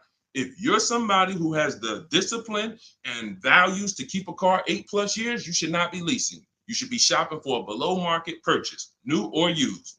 But if you're not keeping a car 8 years, you are spending thousands of dollars more than a person who's getting great lease deals. It's not even close, thousands more every year. And they're driving better cars than you. So Maurice, the only question you need to know about leasing is, are you going to keep this Chevy Silverado 8 years or longer, or less than 8 years? If less than 8 years, you shop for a lease, brother. Okay? Go ahead, Dolan. Next question. That's the formula, guys. That is the first question you ask yourself. The buying versus leasing question. How am I going to beat depreciation? Nothing more important than that. Got to put your deal on the right foundation. Okay, this is 777 from TikTok. They repoed my car. Do I still have to pay for the remaining balance? Well, that's a credit situation. When they repo your car, it's going to end up on your credit, and until you settle that balance, it's going to be there as a repo, and it's going to hurt your credit more. So at some point, you're going to have to deal with that. It's not going anywhere. So what a lot of people, and I would tell you, everyone who's having credit issues, you should be following Shonda Martin, Road to 750 Plus on Instagram, on TikTok. She's on every platform, and she teaches.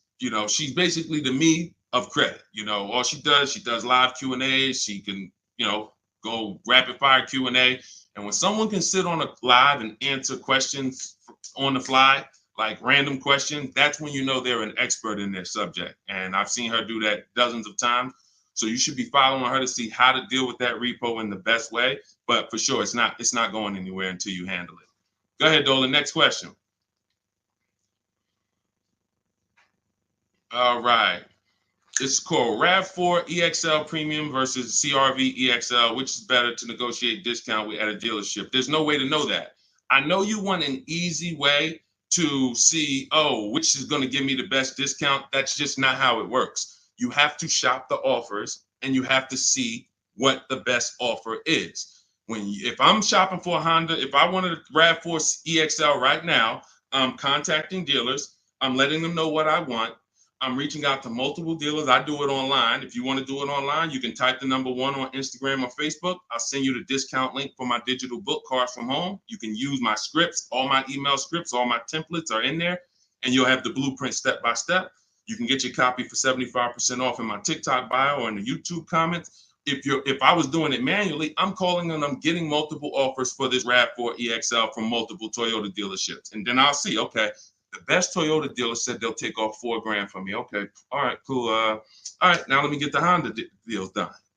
So it's you don't know what it's going to be. Like give you an idea. This person, Kimberly here on her Maserati, she got a Maserati. She saved $20,000 off the price. I got the comment here. I got her post here that she posted with the details of her deal. $20,000 she saved on the price. She didn't know that she was going to save $20,000 on the Maserati. There's no way to know. You have to shop the offers, and this is why you can't feel for the bottom. You can't hope, I think we're at the bottom. I think this looks like it's good. No, you don't know that. You don't know how. You don't know. You just don't know. I know you're looking for an easy way to do it where you press a button, and it tells you this dealer here, this Honda dealer in Madison, New Jersey, is going to sell the Honda at the lowest price and give all the rebates. That'd be cool. It's not going to happen because no one dealer is going to always be the best anyway, or they'll be out of business. If you beat your competition every single time on every car, you're not making any money. You'll be out of business. So at the particular time you want to shop, the mission is to find the dealer who is going to sell you the car at the lowest price because every one of them is different. So that's what I would do. And if you use my way, you do it quick. When you're using online tools, you can do it quick. Look, Ansley got a car. He said right here, he got his what did Ansley get? He got an Infinity truck. He got a 2024 QX. He said, I started the process Saturday. I accepted the deal Monday. Got the car delivered on Thursday. One weekend. Started the process connecting with dealers on Saturday. Had offers coming in, accepted an offer on Monday. He got a 1% lease deal, $554 a month on a $58,000 vehicle. You can do this on new cars. You can do this on used cars. You have the internet as at your disposal. You just don't know how to use it. And you have you have two departments in car dealers. You have what I call the sales floor. That's who I used to work with, the sales floor. Then you have the internet sales department. The internet sales department is to try not to give you a price and to make people who are trying to shop online get frustrated so they eventually come in. That's the goal of the internet department. And you have to know that the reason why it's hard for you to get quotes online is because you don't know what to give a dealer to get quotes. You don't know, you got to give them your zip code so they can work the tax. You don't know, they need to know what vehicles are in your household. You're getting defensive. Hey, why are they asking me for this? Well, it's because they need this stuff. That's why in my templates, I give you this stuff. They need to know what cars are in your household. They need to know when your deadline is. They need to know what your zip code is. They need to know what credit they should assume. These are the things this is why, Deshone, I tried shopping online, but it was so hard. I know, because you don't know how to do it. And if you admit you don't know how to do it, then we can help. But without unlearning, without saying, you know what, I need to unlearn this stuff that I was taught, you're just going to keep repeating that. So that's why I'm bringing you this and showing you people who are just like you. You have to shop the offers. And once you do that and you learn how to do it in 90 minutes, you'll be like, oh, I can shop any offer I want. Any car I want, I can find out what the best offers are in 90 minutes. But we got to get you there. Go ahead, Dolan. Shoot the next one up, brother. Unique Devo on Instagram. Car payoff 1 year. Should I trade it? 2015 still running. Well, it sounds to me like you want a new car. Look, the cost of replacement is expensive. If you're considering replacing your car, I always say it's always cheaper to keep it. It's always cheaper to keep it. If you can put, do you have a local mechanic? You should. Everyone who has a car, especially an older car, you should have a local mechanic. Why? Because a local mechanic is going to save you 50% off of what a dealership is going to go through. There's some people who religiously go to dealerships every time something on their car goes wrong or breaks. They go to the dealership. Even with engines. Yeah, Deshone, I put a new engine in and paid $10,000. Listen, local mechanics will actually save, they're worth their weight in gold. And so if I can keep my car running, that's what you want to consider. Now, you still owe money on this car. So you shouldn't be buying cars. You should be leasing cars. Because anyone who is replacing their cars while they still have a payoff should be leasing. That's a clear indicator. There's many indicators. I gave you one. If I'm not keeping the car 8 years, I should be shopping for a lease. If you historically replace your cars while they still have loans on them, you should be leasing, because you're paying all the time. You're never getting to what I call the reward stage, which is a paid off car that is not depreciating anymore, that's in your driveway. You can keep it. You can give it to a family member. It's just a dependable vehicle. You pay a little bit every year to keep it running, but you have hundreds of dollars every year that are thousands staying in your household because you don't have a car payment. That's the reward stage. You have to get there. And if you're like Deshone, I don't keep cars that long, then you are overspending and you should be leasing, paying low payments, cents on the dollar.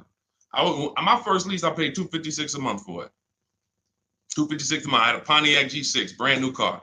I had a friend who was paying $500 a month. Bought a Toyota. Bought it. And that's cool. If I wasn't in the car business and if I didn't have my sales manager at the time say to me, hey, why don't you lease something? I wouldn't have known. I probably would have went and bought something too. But once I saw that, I'm like, wait, I'm paying half the price of my peers. I'm driving a brand new car, and it just kept going. I leased after that, I bought a Pontiac G6. I kept that for 6 years. I didn't know about the 8-year rule at the time. I bought it 6, 7 years. Then I leased a Infiniti Q. I got the G25. It was $325 a month. That was my best offer at the time. That was a $35,000 vehicle. Then I got an Infiniti Q50 when they first came out. That was a $44,000 vehicle. I paid $345 a month. Then I got another I had three Q50s in a row. The next one was $365, and then the highest one went up to $390. I want to say $390. So yeah, $390. I never went over $400 a month. These are $45,000 vehicles. Then I got a Jeep Grand Cherokee 2018, $35,000 vehicle, $330 a month. They're lying to you. Like all of this stuff that they're programming you to, leasing is renting a car. Banks don't buy cars. Pay attention to what I'm saying here. Banks don't want cars on their books. Why don't banks want cars on their books? Because they're depreciating. And look, let's address this. Rick just said on TikTok, but leasing a vehicle only gives you minimal mileage. You pick the mileage on a lease, Rick. You pick the mileage, brother. Hold on. Turn off this. You pick the mileage. Let's get into some real misconceptions about this whole leasing thing. They give you the mileage.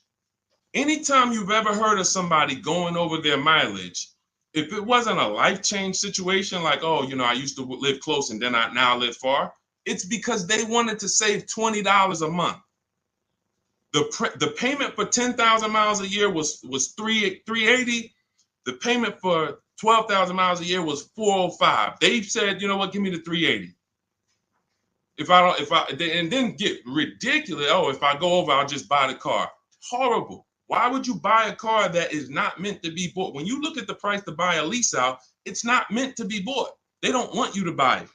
They want you to give it back to them so that they can sell it as a pre-owned car. So they say, bring this car back in 3 years, have 30,000 miles on it. You can buy it. You go over by 10,000 miles and then you buy it for the same price. It's just horrible. But it goes back to the fact you didn't pick the right mileage. The difference from 12,000 to 15,000 miles a year is $25, $30 a month. So when you're sitting there and saying, shoot, all right, give me the 12,000, knowing you drive 14,000 miles a year, you just ruined your lease experience. Don't blame the lease. Don't blame the lease. We have high mileage drivers getting leases. First dude that I ever saw with a high mileage lease is when I was a manager at Hyundai. He brought his car back, had 75,000 miles on it, like 72. I said, you lease this? He said, yeah, man, I don't buy cars. I don't keep them. I bring them back. I'm in sales. I'm on the road. Man, I pay my payment. I bring them back in 3 years, get me another one. I said, this is interesting. Because the dealerships didn't teach me this. My customers taught me this. My customers' experience taught me these things. I said, whoa, high mileage lease. I saw his payment. This dude was only paying $175 more a month than a normal car payment. $175 more a month, and he gets to drive 25,000 miles a year. But had he bought his car, he'd come in with 10,000, 12,000 negative equity. So, high mileage drivers, if there's high mileage drivers on here, you guys can ask questions specifically about leasing for you, and we'll talk to you. But man, I'm shouting from the hills and showing people proof that you cannot get a good deal if you buy your car, but you should have leased. People out here driving. We're out here driving cars, brand new cars for hundreds a month less than you. Because someone talked you into buying and said, well, but they're renting those cars. Yeah, all right. Okay. All right. I've been renting cars then for the last 20 years of my life, driving brand new cars and keeping a lot of money in my household when other people are putting them into new and used cars. Okay. Yeah, I'll keep renting it. Go ahead, Dolan. Shoot the next one up, brother. Quintel Jameson on YouTube. Can you talk about the best process for turning in a lease and getting a new lease? First thing you want to do is do an equity assessment. Do you have any money you can make on that lease? Step 2 in my book, after we decide whether we're going to buy a lease, you already decided you want a new lease, so you check off step 1. Second step is, do I have equity in my lease? All through the pandemic, we had people selling leases. I helped hundreds of people that I know about sell leases for $7,000 to $10,000 to $12,000. A lot of them you can see in my older videos. They say, yo, man, you helped me make 7 grand. Yo, I sold 2 leases. I made 15 grand. My mother sold her lease. She made 10 grand. I sold my Jeep Grand Cherokee lease. I made $9,000 back then. But that's when all the resale values were high. So so we're not making that much anymore, but there's still an opportunity to have equity. And if you drop off your lease without doing an equity check, then you literally are giving money to the dealer. We have to do it. And here's how you do it. You call your bank, you ask them what your payoff is. Once you get your payoff, then you call and you go to these 6 websites. You do this in 20 minutes. Go to Carvana.com, go to CarMax.com, go to Driveway, go to KBB Instant Cash Offer. That's going to connect you with a local dealer online to put a price on your car. All of this stuff is instant. And these are all companies that you go to, you look at they look at your car, they say, okay, looks good. They go to the accounting office, they come back and give you a check. It's that simple. AutoNation and Car Gurus, we get 6 offers because everything we do is a bid. Like in the Cars from Home way of getting cars, the way we guarantee we got all the money and we saved all the money and we paid less than everyone is we get bids. Online systems allow you to get bids. When you shop on Amazon, that's a bidding system. That's a bidding system. The real estate market at large is a bidding system. They use competition to create the price. The only industry that doesn't is the car industry, but we do it. Cars from Home, we do it. So you're going to get those 6 offers and you're going to see, can I break even selling this car? Can I make $1,000, $2,000, $3,000 selling this car or more? Some of you have a lease and you didn't drive that much. Deshone, I had the lease. I only put 5,000 miles on it. You should be selling that lease and putting some money in your pocket before you go into your next lease. So, I know there's a lot of people on here. You might have didn't know you could sell a lease. Type a question mark if you didn't know that you could sell a lease. Sean, I never even knew I could sell a lease. Type a question mark. Type a question mark. First thing we ever do before we return a lease, because we are not going to depend on a dealer. I see you, Stephen Romero. Thank you for being honest. I see you, Jason Wilson. If you didn't know you could sell a lease, how much does that cost you? How much does that cost you already? I see you, Rick. Shout out to the people being. I see you, Stino. Cat Mom. I see you, Quintel. Yeah. So what we do before I will never return a lease, and we do this about 6 months out before the lease is up. We do this equity assessment. It's the second step in my process. All of this is in my book. If you guys want if you're like, Deshone, I want the blueprint. Give me the step-by-step. That's my new digital book, Cars from Home. Anyone on Instagram, you comment 1, I'll send you the link to get it for 75% off. If you download it immediately, you could be reading it today, using it, getting a car next week. Same thing on Facebook. Type the number 1. I'll DM you a link to get it at 75% off. And if you're on TikTok, go to my TikTok bio. Now, this is only for 30 minutes. This is a welcome offer for my new book. This isn't like, oh, we don't, just 75% off. This is what I do as a welcome offer for everyone to give you an opportunity. You won't pay the normal $97 price for the book. You'll get 75% off of that. And you'll have the strategy step by step. And on YouTube, we have a comment pinned for you. So you want to get your payoff. But now, very important, Quintiel, when you go on those websites I just mentioned, those 6 websites to get those offers, when they ask you, do you own the vehicle? Are you leasing it? Or are you financing it? Just type own. You want to know, what would you pay for the vehicle? When you call your bank, you're going to ask them, do I have a third-party restriction? So you're going to get your payoff. You're going to ask them, do I have a third-party restriction? If they say no, that means you can sell direct to the highest bidder. If they say no, there's no restriction on who you can sell. You can literally sell directly to them and get your check. If they say you do, and there are companies like Toyota, Chase, there's a couple leasing companies that don't have third-party restrictions. But if they say you do, now you can't sell direct to those people. You can sell direct to a dealer that makes the same brand. So if Honda has a third-party restriction, you can sell to a Honda dealer. And that's when we have conversations with a used car manager. Again, we don't talk to salespeople, y'all. We don't talk to salespeople. They're here to make your life hard because they're trying to fight for their money. and it's all good. I give you ways to, that's why the book is called Cars from Home, 7 Steps to Saving Time, Money, and Avoiding Dealerships. You need to avoid dealerships. When you're in a battle, a sparring battle with a dealership or a salesman, you're going to lose. It's a psychological war, and they do it 3-4 times a day. You do it 3 times, you do it 1 time every 3 years. So when the way I'm teaching you to do it, I'm never sending you to do battle with these people.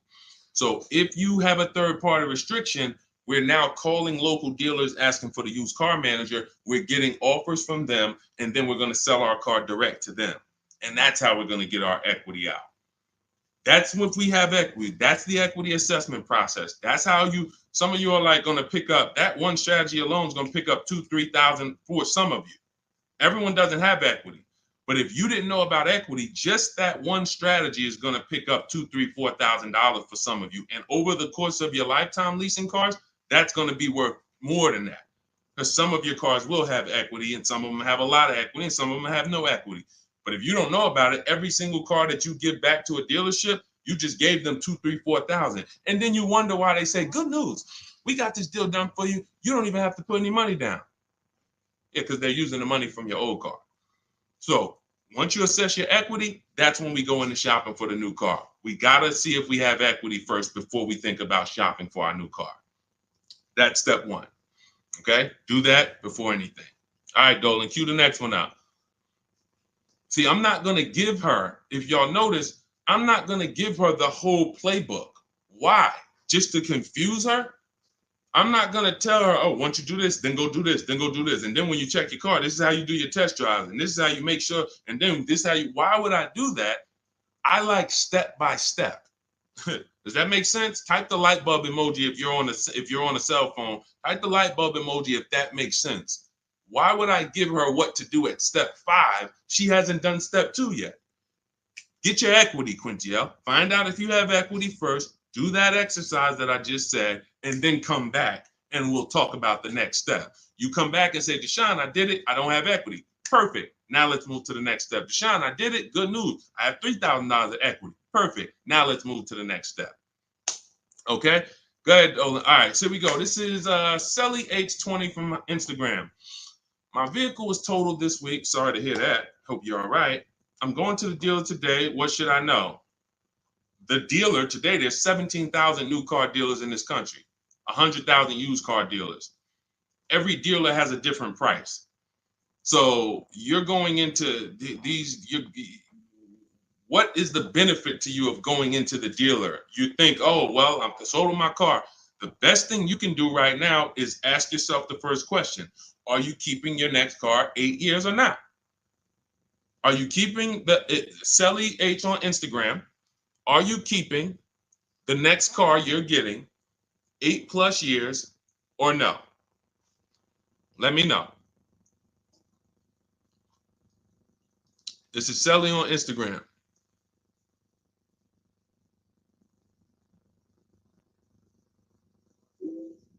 This is the first question. I want to give her time to ask.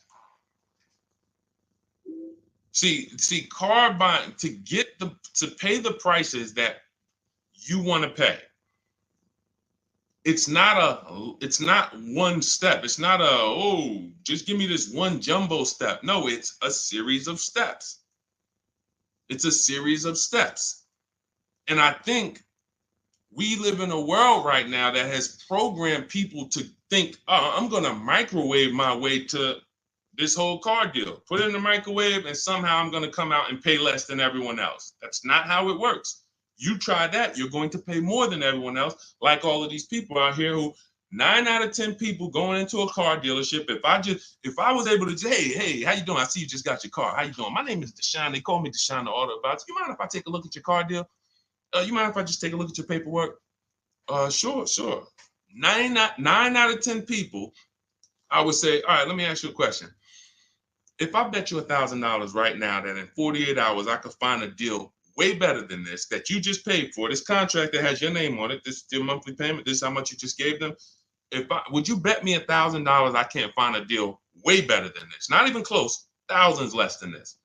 Most people are not taking the bet. And that's because they don't have confidence in their car deal.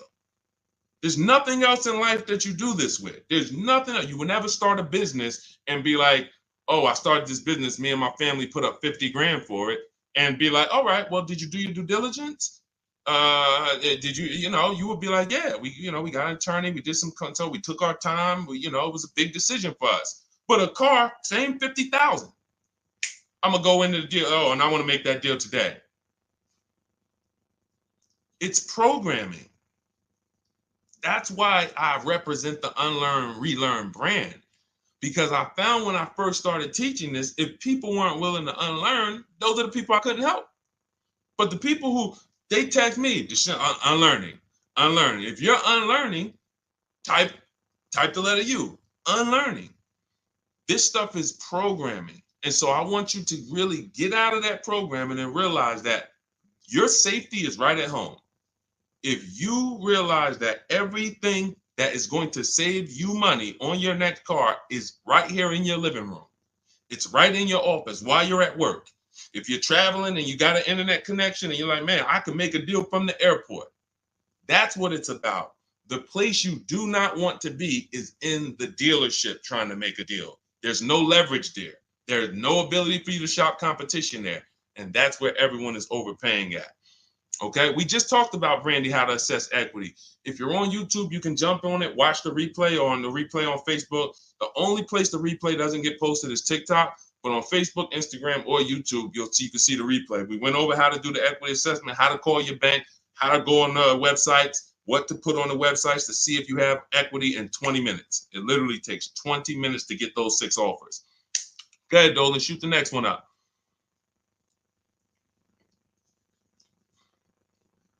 Steven Romero from TikTok, shopping through Carvana. Carvana is one marketplace. That's all it is. Carvana, I know Carvana is, oh, you don't have to see. The reason Carvana wins is because people are scared of dealerships. There's no other reason than that. Carvana has historically paid more, especially throughout the pandemic. They were paying more to buy cars than anyone else. So let me ask everybody on here a question. We got at least, we got a good number of people on here. Let me ask, got some intelligent people.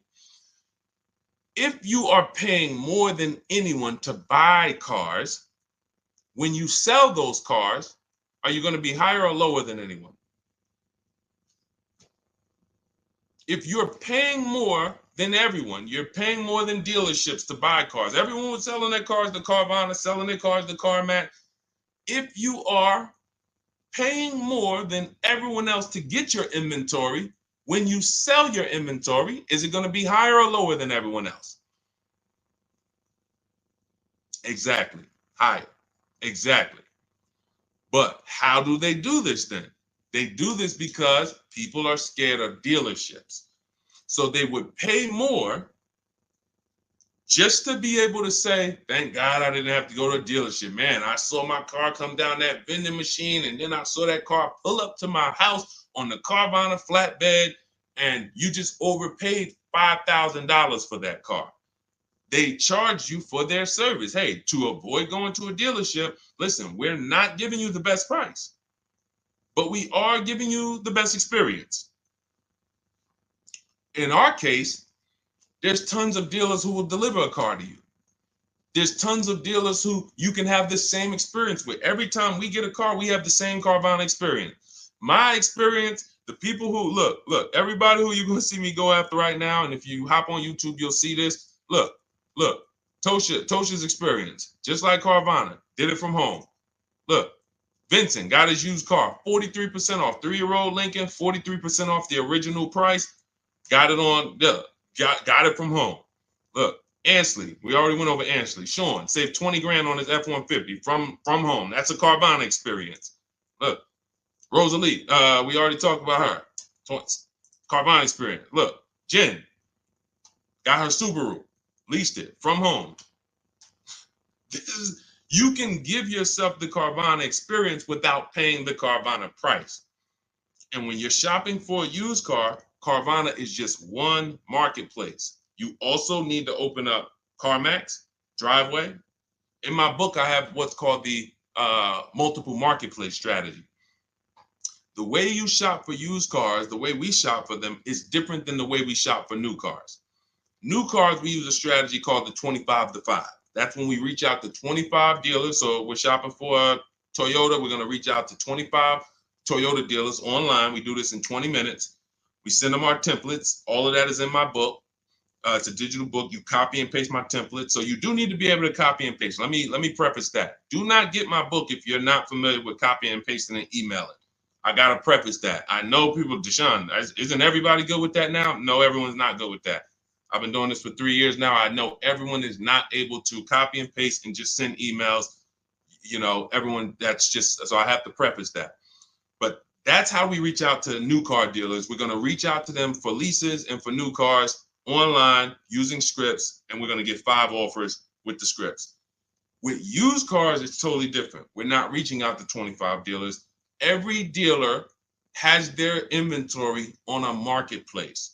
If they don't have their inventory on a marketplace, do not shop for it. Don't talk to them about it. If they don't have that inventory in a place where it's in a competitive environment, I don't want to talk about it. Who saw the video when I was in the car dealership and I said, this is a used car, it doesn't have a price on it. I was in the car dealership and I said, look, anytime you see a used car, if it doesn't have a price on it, you know, don't negotiate on it. If you saw that, type I saw it. Whenever someone is not putting a price on a vehicle for any reason, it's because they want to make the price up and negotiate down. So let's just say I'm a slimy dealer. Let's say I got a $40,000 car. It was $40,000. I was at a dealership yesterday. We made a commercial about a dealership, and I looked in the car. It was a used car. It was a 2018. It had, the only price it had on it was the original price of the car. So it had literally, it was around a $40-something thousand car. It didn't have a used car ticket, $22,000, nothing like that. So it had a $40,000, and it had all the stuff that was in the car, original. But it's a 2018. So what happens when a person says, hey, how much you want for that car? And there's no internet that they're comparing that to. They're going right on there and just saying, okay, that person has a great opportunity to make up a price and say, well, you know, we're asking $24,000 for it, but you know, our asking price is $24,000. Oh man, that sounds a little high though. You know, it's 2018. You know, you can't do no better than that. You know, I mean, what you have in mind? You know, I'm trying to be around 20. You know, I'm thinking closer to 20. Then I don't know if I could get to 20. I might be able to to see if maybe we could like split it, go up the middle, you know, between, you know, like around 22, something like that. Why don't we take the car for a ride? Let's see if you like the car. You're already in the mouth of the snake. You are literally a mouse in the viper's mouth. Once you've already agreed to talk about a car that doesn't have a price on it, you're done. Because let's just say if that same dealer had to list that car online, that car might have been listed for $18,000. But because you walked in and started talking about it and say, hey, well, you know, what do you think? This is how people leave happy. Man, you know, let me ask you, honey, you get home with your wife, like, you think you got a good deal on this? I think so. I think the guy worked with me because, you know, they said they was asking 24. And you know, I went in there and you know, we made a deal about 22, a little under 22. He took off 2,000 from me. No, he didn't. There was no real price. So this is why you want to be on marketplaces where all the prices are listed. Cars.com, cargurus.com, carfax.com, carmax.com, carvana.com. That's one of them.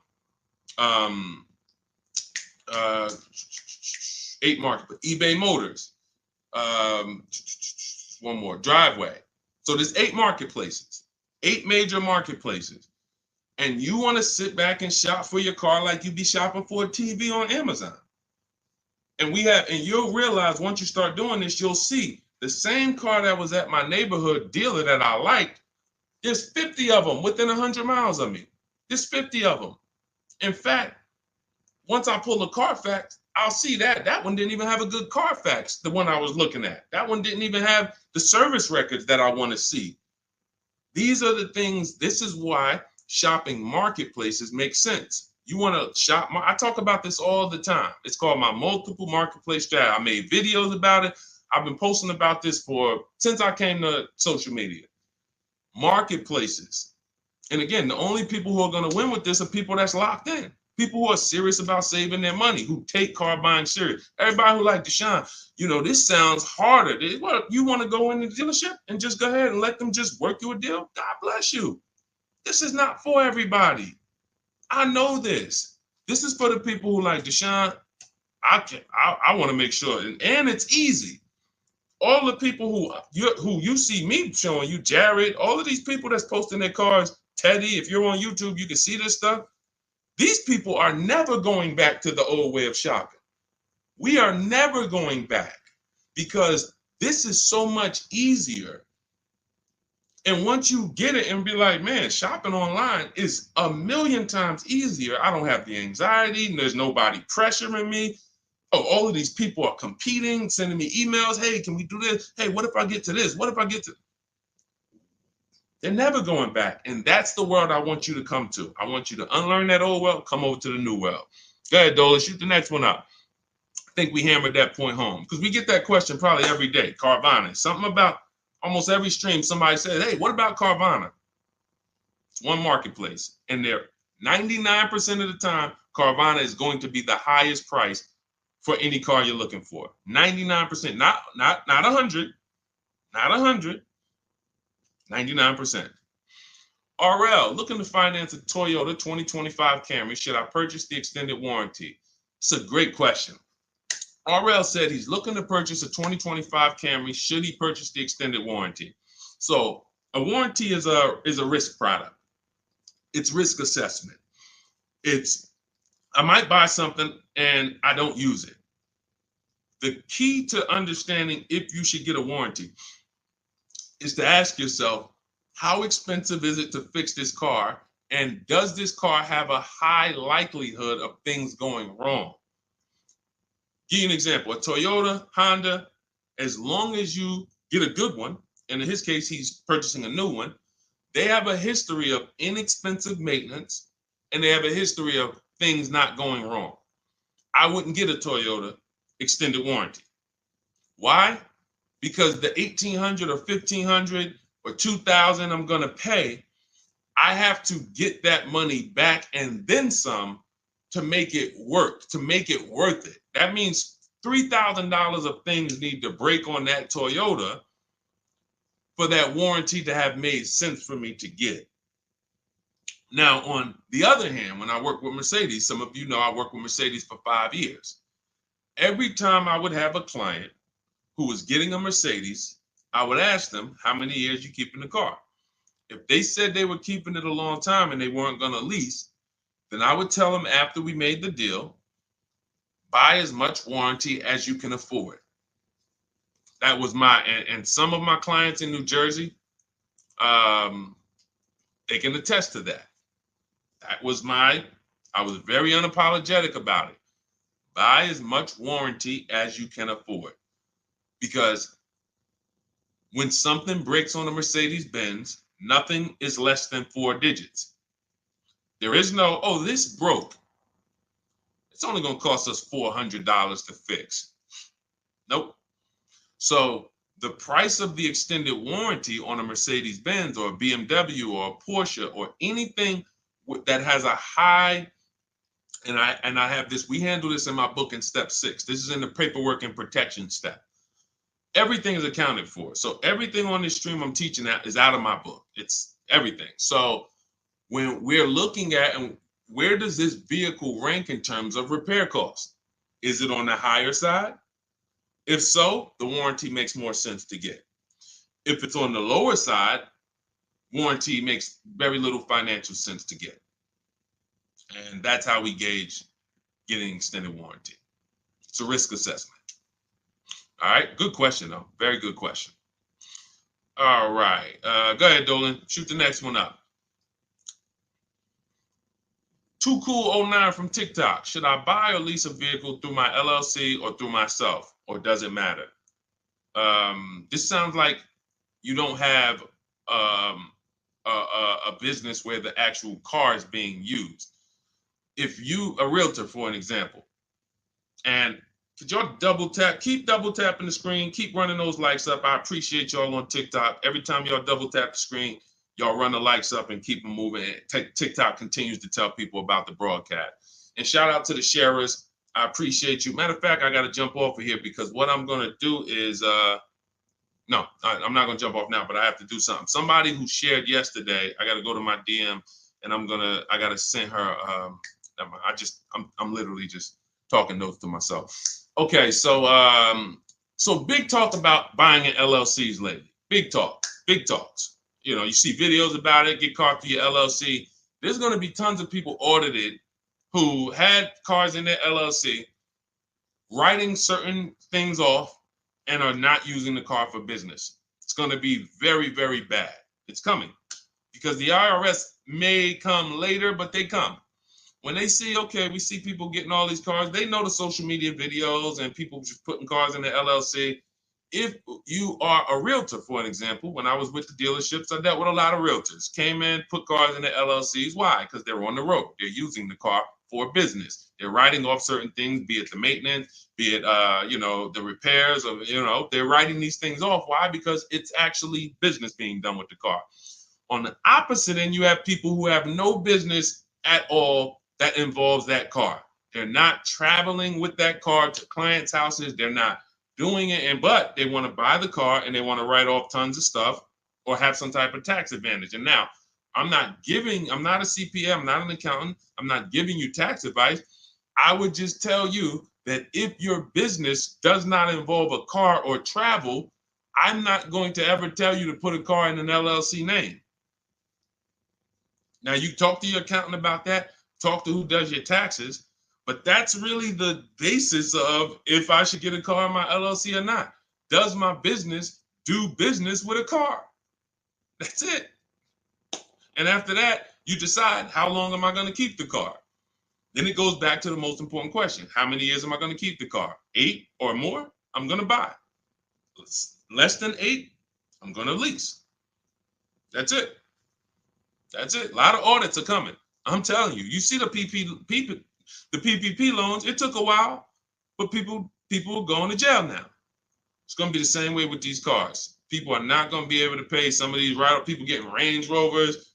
Yo, hey, I see you. You got this Range Rover. You wrote off like huge amount. Let me tell you, how much business was done in this car? Oh well, it's going to be it's going to be bad. That's why financial literacy is important, people. Okay, so all of this is out of my new digital book, Cars from Home, 7 Steps to Saving Time, Money, and Avoiding Dealerships. I can sit here all day for the next 2-3 hours talking about the strategies we use, the process we use, the system I created to help all of these people that I've been talking about in the broadcast save this money. You can see these deals, and some of you are going to go and you'll see, wow, I got that same car.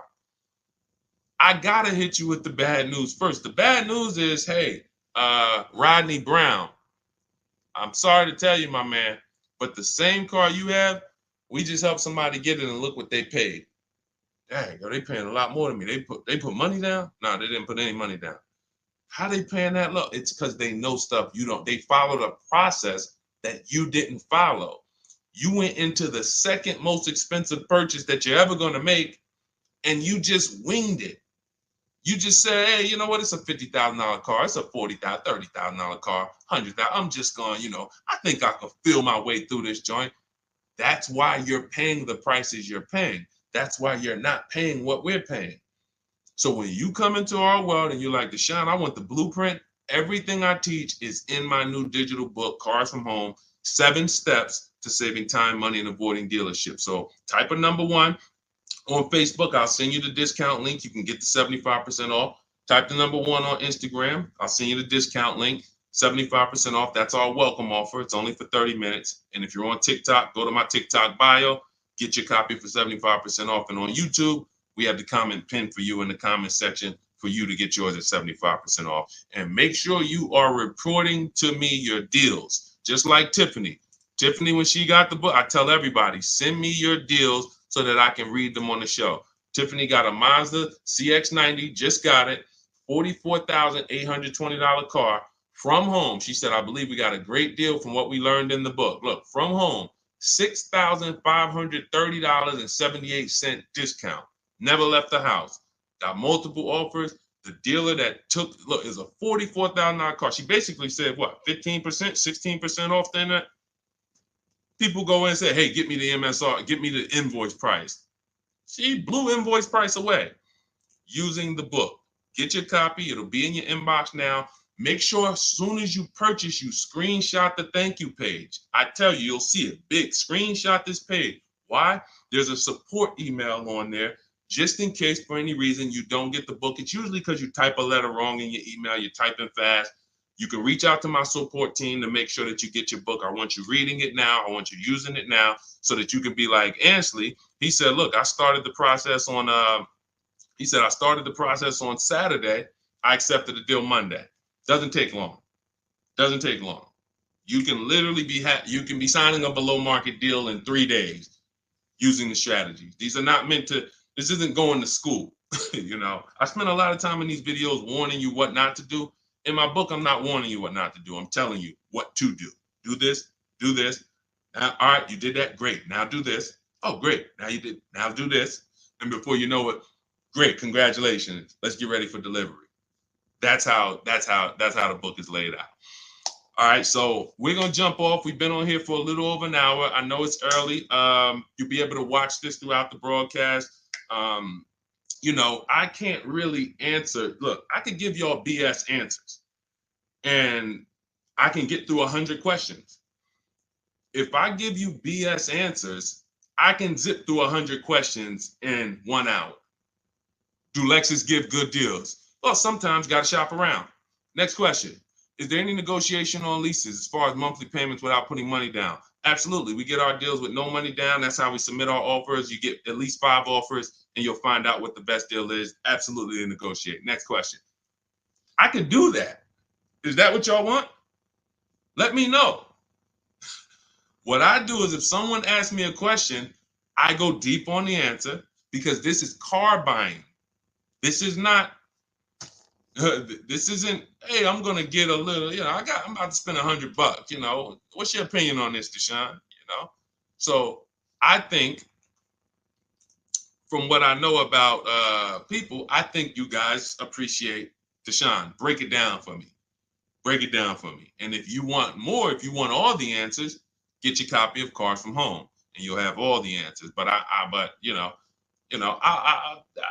like to be thorough. And I can't because all I care about is the result. I don't care about I care about people writing me, Deshone, check this out. Look at my deal. Look at what I just pulled away. I want you writing me, emailing me, proud of your deal. I don't want you running into me one day if you're ever around New Jersey, New York. Hey, Deshone, hey, what's going on, man? Hey, man, I follow you. Oh, man, I used your stuff, bro, man. Oh, cool, man. How'd you do? Yeah, I think I did all right. No, you didn't. No, you didn't. Because everyone that learns from me, oh, man, I have people run up to me. I never shopped like this before. I had all of these dealers, and then the lowest dealer took off all this money. That's the one I went with. That's a person that I know. Congratulations. Great job. You listened. You trusted the process. I care about the result. And that's all I want. I want you to enjoy car shopping. I want you, it's 50, 100 grand, 5, 6 figures of your money. You deserve to enjoy it, and you deserve to pay less than everyone else is paying. That's what I'm here to do. So I'll see everybody who has the book. I'll see you inside. Use it. You'll see I link to a couple videos in there. You'll see it's some surprises in there. That's not a traditional book. There's links to videos. I got links to scripts in there. You'll see. You'll see why it's a digital book. And it's a one-time purchase. Anytime something gets updated, like Vroom went out of business a couple months ago, they used to be in our strategies. They were in our marketplaces when we shop for used cars. Vroom was on that list. And they were in the when we do our equity assessment, Vroom was on the buyers list. If I had mailed out a book, if y'all were buying a physical book for for these strategies, that means now I got to make another book, and then I got to say, all right, guys, well, this is edition 2. That was edition 1. Vroom's out of business. Next thing you know, you're getting edition 40, and you're like, dang, every time a new website comes out, because we do online, dang, I got to buy another book. Nope. With Cars from Home, what we did, soon as Vroom went out of business, I went in, I updated the master file, uploaded it, all the thousands of people that have the book, and about 9,000 people have the book right now. So this is, you can go on Goodreads, you could type in the Cars from Home book online, you'll see, oh shoot, this book is out there. It's already 5-star rated. So this is what it's about. Results. Grab your copy in my Instagram bio or my Facebook bio, or everybody that types the number 1 on Facebook, I'll DM you the link exactly to get this discounted price. Everyone on TikTok, you go to my TikTok bio, click that website, and get your 75% off. And then on YouTube, we have it pinned in the comments. So use this stuff, win with it, write me with your deals, y'all. Stop overpaying. You don't want to be like these people out here. You don't. They're getting hammered right now. They think there's no deal. Oh, when is the market going to get better? It's never going to get better for them. It's never. They're going to keep doing the same thing. And it's sad, but that's not what we're here to talk about. Let's get you to paying less than everyone else. All right. So I'm gonna jump off, y'all. Have a great day. We'll be back for another stream, sometime next week. I'll see you soon.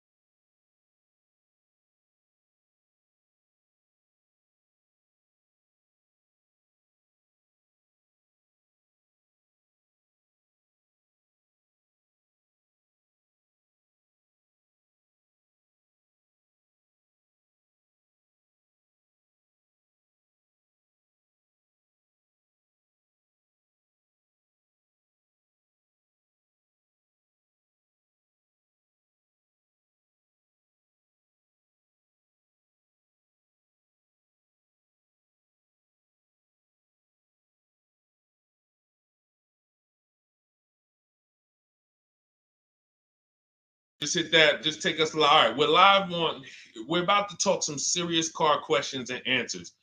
I want you to ask any question you can think of concerning car shopping so that we can dig deep into it.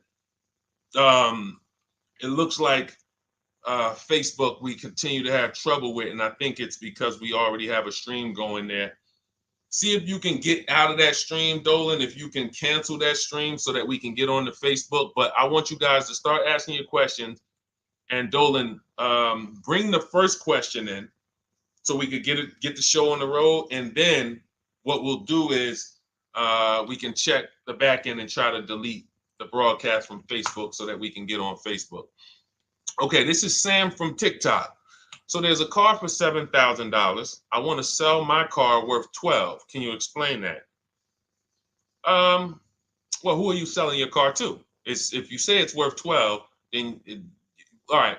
We only get offers to find out what our car is worth. We don't use algorithm sites because that's worthless. An algorithm site is a site like Kelly's Blue Book. You punch in your year, make, model, and in 3 seconds it tells you your vehicle's worth $12,000. Right now, we have companies that bid against each other. And what you want to do is you want to go on your computer, go to CarMax.com, go to Driveway.com, go to Carvana.com, go to AutoNation.com, go to Kelly's Blue Book Instant Cash Offer.com, and go to Car Gurus. All of them will connect you to somebody or some major buyer who pays cash for cars immediately. Literally, quick inspection, drop your check, and you're on to you literally, it's that simple. We are no longer at the mercy of private owners who are going to come by and look at our car and no one buy it and talk us down. There are extremely competitive buyers in the market that I've been telling people about since 2021 when we were cashing out. I was big on telling you guys during 2021 to 2023, during that whole pandemic run, cash out now, because the values of those vehicles will never see them again. So there are some people who cashed out, but that was also the beginning of showing people that you can sell to what is called institutional car buyers. And that is what stopped people from trading their cars. There are people who have learned from me, and maybe other people have mentioned this, that will never trade a car again because you're not getting the money that it's worth. So you go to those 6 companies, Sam, it should take you no more than 20 minutes. They're going to give you their best cash offers. And then you can sell to them and you can go buy something else. But what I want you to get in the habit of doing, everybody, is separating your transactions. What does that mean? Who you sell your car to is different than who you buy a car from. And you need to maximize each transaction. And you're never going to do that mixing all your transactions together, which is what most people do. They go into a dealer and they say, hey, I want to buy a car from you, and I want to trade my car into you, and I need a loan. 3 transactions. We don't do that. We separate them and we bid each one out using online tools. And that's how we get the prices we get. And that's how we pay less than everyone else. Okay. So the biggest thing, first thing, is go to those 6 websites: CarMax, Driveway, Carvana, KBB, Instant Cash Offer, AutoNation. And all of you who want to find out what your car is really worth, you go to these 6 websites, get your 6 offers, and then you'll find out what your car is really worth. We do not depend on any dealer to tell us what our car is worth at all. Okay? Shoot the next question up, Dolan. And you guys can continue to type your questions. We're bringing them in from all platforms. This is Terrell Taylor. By the way, everything that I'm talking to you guys about is out of my new digital book. It's called Cars from Home: 7 Steps to Saving Time, Money, and Avoiding Dealerships. Some of you may have it. If you have it, shout out to those who have it, and shout out to those who've used it to actually pay less than everyone else. And make sure I want you to be like Tiffany. Send me your deals. Send me your deals. When you get your cars, I want you to actually send me the results. Look, this is, oh no, that's not Tiffany. That's someone else who used the book. Look, used the book, got $175 a month less than her first quotes before she used the book. So send me, but you can get a copy of this book immediately for 75% off. It's normally $97. Go to my TikTok bio. You won't leave the broadcast, and you can have the entire blueprint. If you don't want to try to remember everything I'll be teaching you over the next hour, you can have the blueprint. You won't pay the $75. You'll get the 75% off. And we also have a comment pinned in the comment section for you guys on YouTube and on Facebook and on Instagram. You go to my bio. So anyway, go get it, because it's only for 30 minutes. After the timer goes off, it's $97. It's still worth every penny. You can Google it. 5-star book. You can see all the people who rated it, all the people who's using it. This isn't a test to do, but I want you to get it at 75% off. It's better to pay $24 than $97. Okay, Terrell Taylor. So you said, Terrell Taylor on YouTube said, I have $35,000 to $40,000 to buy a truck with. Should I buy a used or a late model new, 2022 to 24? So whenever we're considering a late model used car, this is a model like Terrell said, that is 1 to 2 years old. Let me tell you why I don't like shopping for those first. I like to shop for a new price first. Whenever you are buying 1 or 2 year old used vehicles, you have to realize something. How do dealers get used cars? Trade, or they get them off lease, they buy them. When you have not waited 3 years, you're not going to see a lot of used vehicles in that option, because most people don't buy a vehicle and then trade it in 2 years. So you're not going to see a lot of 1 and 2 year old used vehicles. I don't like that, because when there's not a lot of a vehicle, the people who have that vehicle get to set very high prices that we have nothing to compare it to. And that's a recipe for losing and overpaying. I've had people come to me who are looking like you, and what I say is, I say, okay, shop for a new one first. I'm gonna tell you why. When you shop for a new one first, you get to see what the market value is. So take Sean. I'm showing Sean. Some of you have seen Sean. He got an F-150 Lightning XLT, $73,000 vehicle. Using what we teach in getting bids from home, using the Cars from Home system, he saved $21,000 on a new one. That was his best offer. He got multiple offers because we always get at least 5. So his best offer, he saves $21,000. If he had gone to look for a 1 or 2 year old one of this, he would have never known that the new ones he can save $20,000 off of if he shops right.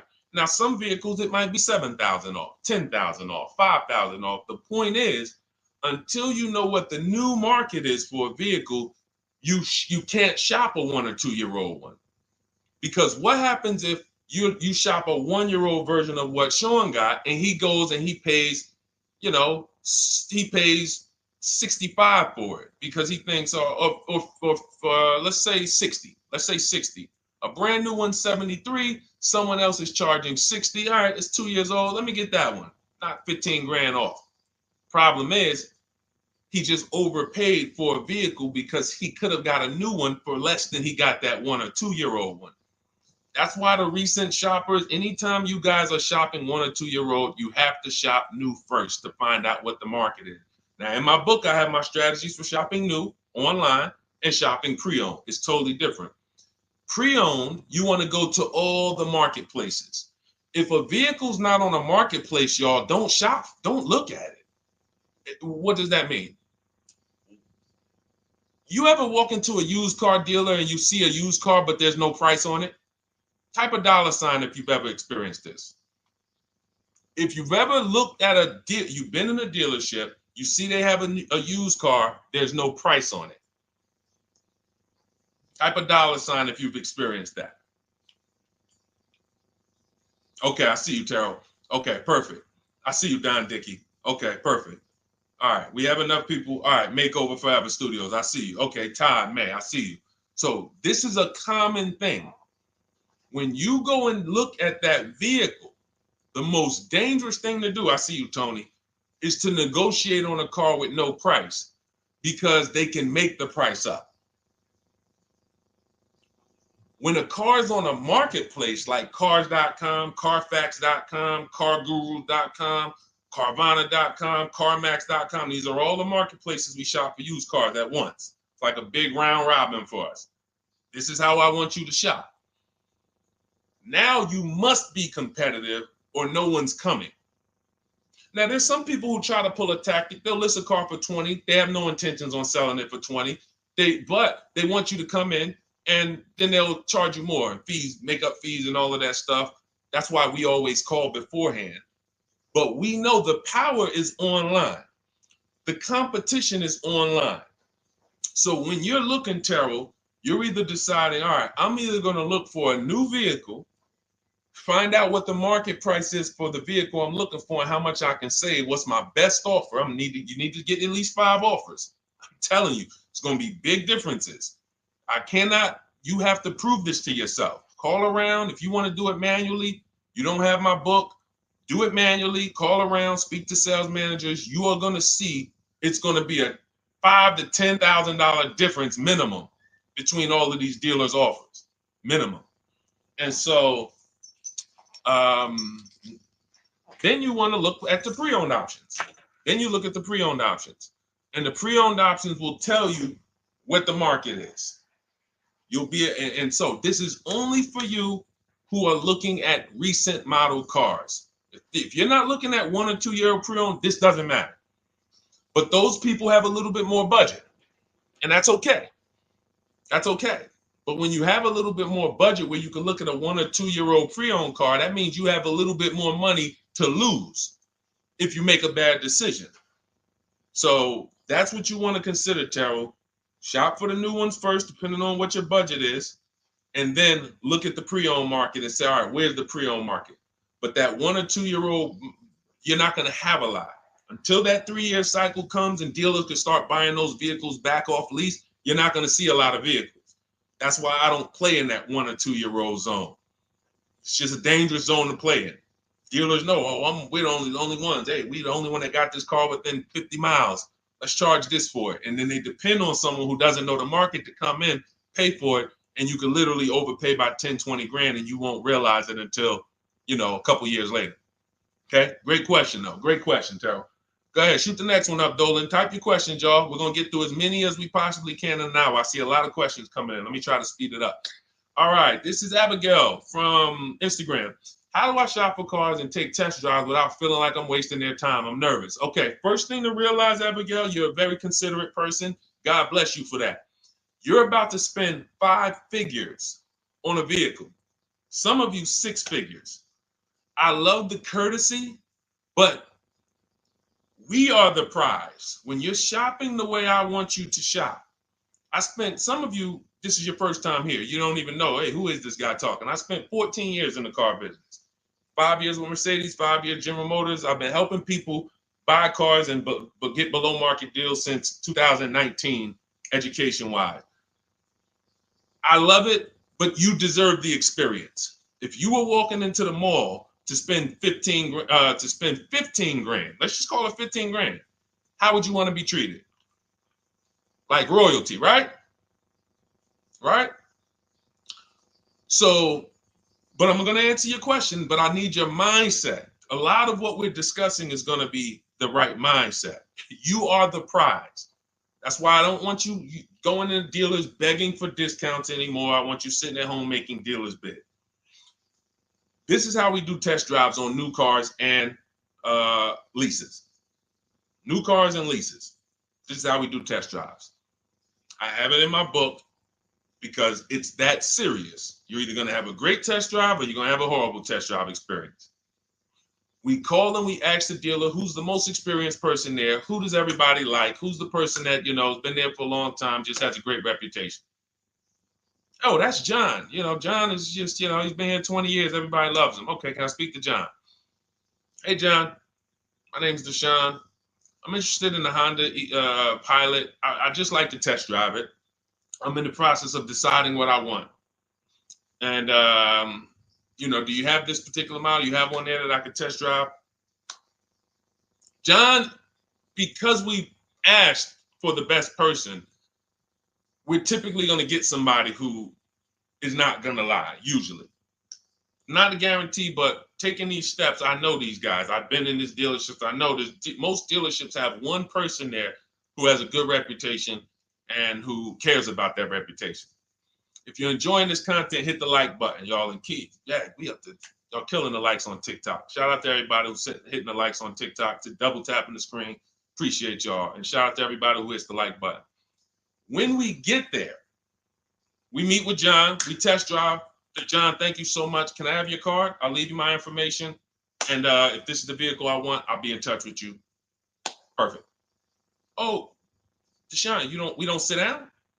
We don't think? No, we never sit down. I'm telling you that there are things you must unlearn about the shopping process if you're going to win. And what does winning look like? Getting the most money off in the least amount of time. There's no leverage that you have when you sit down and try to negotiate with a car salesman. Every single dealer around you that wants to compete for your business, you can't talk to them while you're sitting in one dealer talking to a car salesman. That's why we don't do it. We get a card. Thank you so much. Listen, if this is the one for me, I'm going to give you a call. Simple. Pressure's off. There's no pressure in our system. You can't pressure us. That's what I want you doing. New cars, leases, that's how you test drive. 20 minutes, you're in and out. And I'm a car salesman at heart because that's what I am by profession. I would never develop a system that would allow you to waste car salesmen's time. I just wouldn't do it. I developed a system that when our people go get cars, look at Ansley. When our people go get cars, Ansley just got his lease, 1% lease, $58,000 Infiniti. Look, started the process Saturday, accepted deal Monday, all by Email. $58,000 car is paying $554 a month, no down payment. You know, we have tons of these. None of these people spent. Look at Jared. Lease like a boss, $569 a month down to $520. Volkswagen Tiguan, no money out of pocket. Let's go to a purchase. Pierre, pre-owned car purchase, got his 2022 Mazda, got a 20% discount off the original MSRP. This is 30 minutes. We are not spending more than 30 minutes in dealerships. Who doesn't want to spend more time in dealerships? Type me if you're like Deshone. I don't want to be in dealerships that long. You thought you had to be in dealers to save the big money, right? You thought you had to be in dealers to save the big money. I'm showing you as someone who pays less than everyone and who teaches people to pay less than everyone. Look, Kimberly, $20,000 off a Maserati, shopping from home.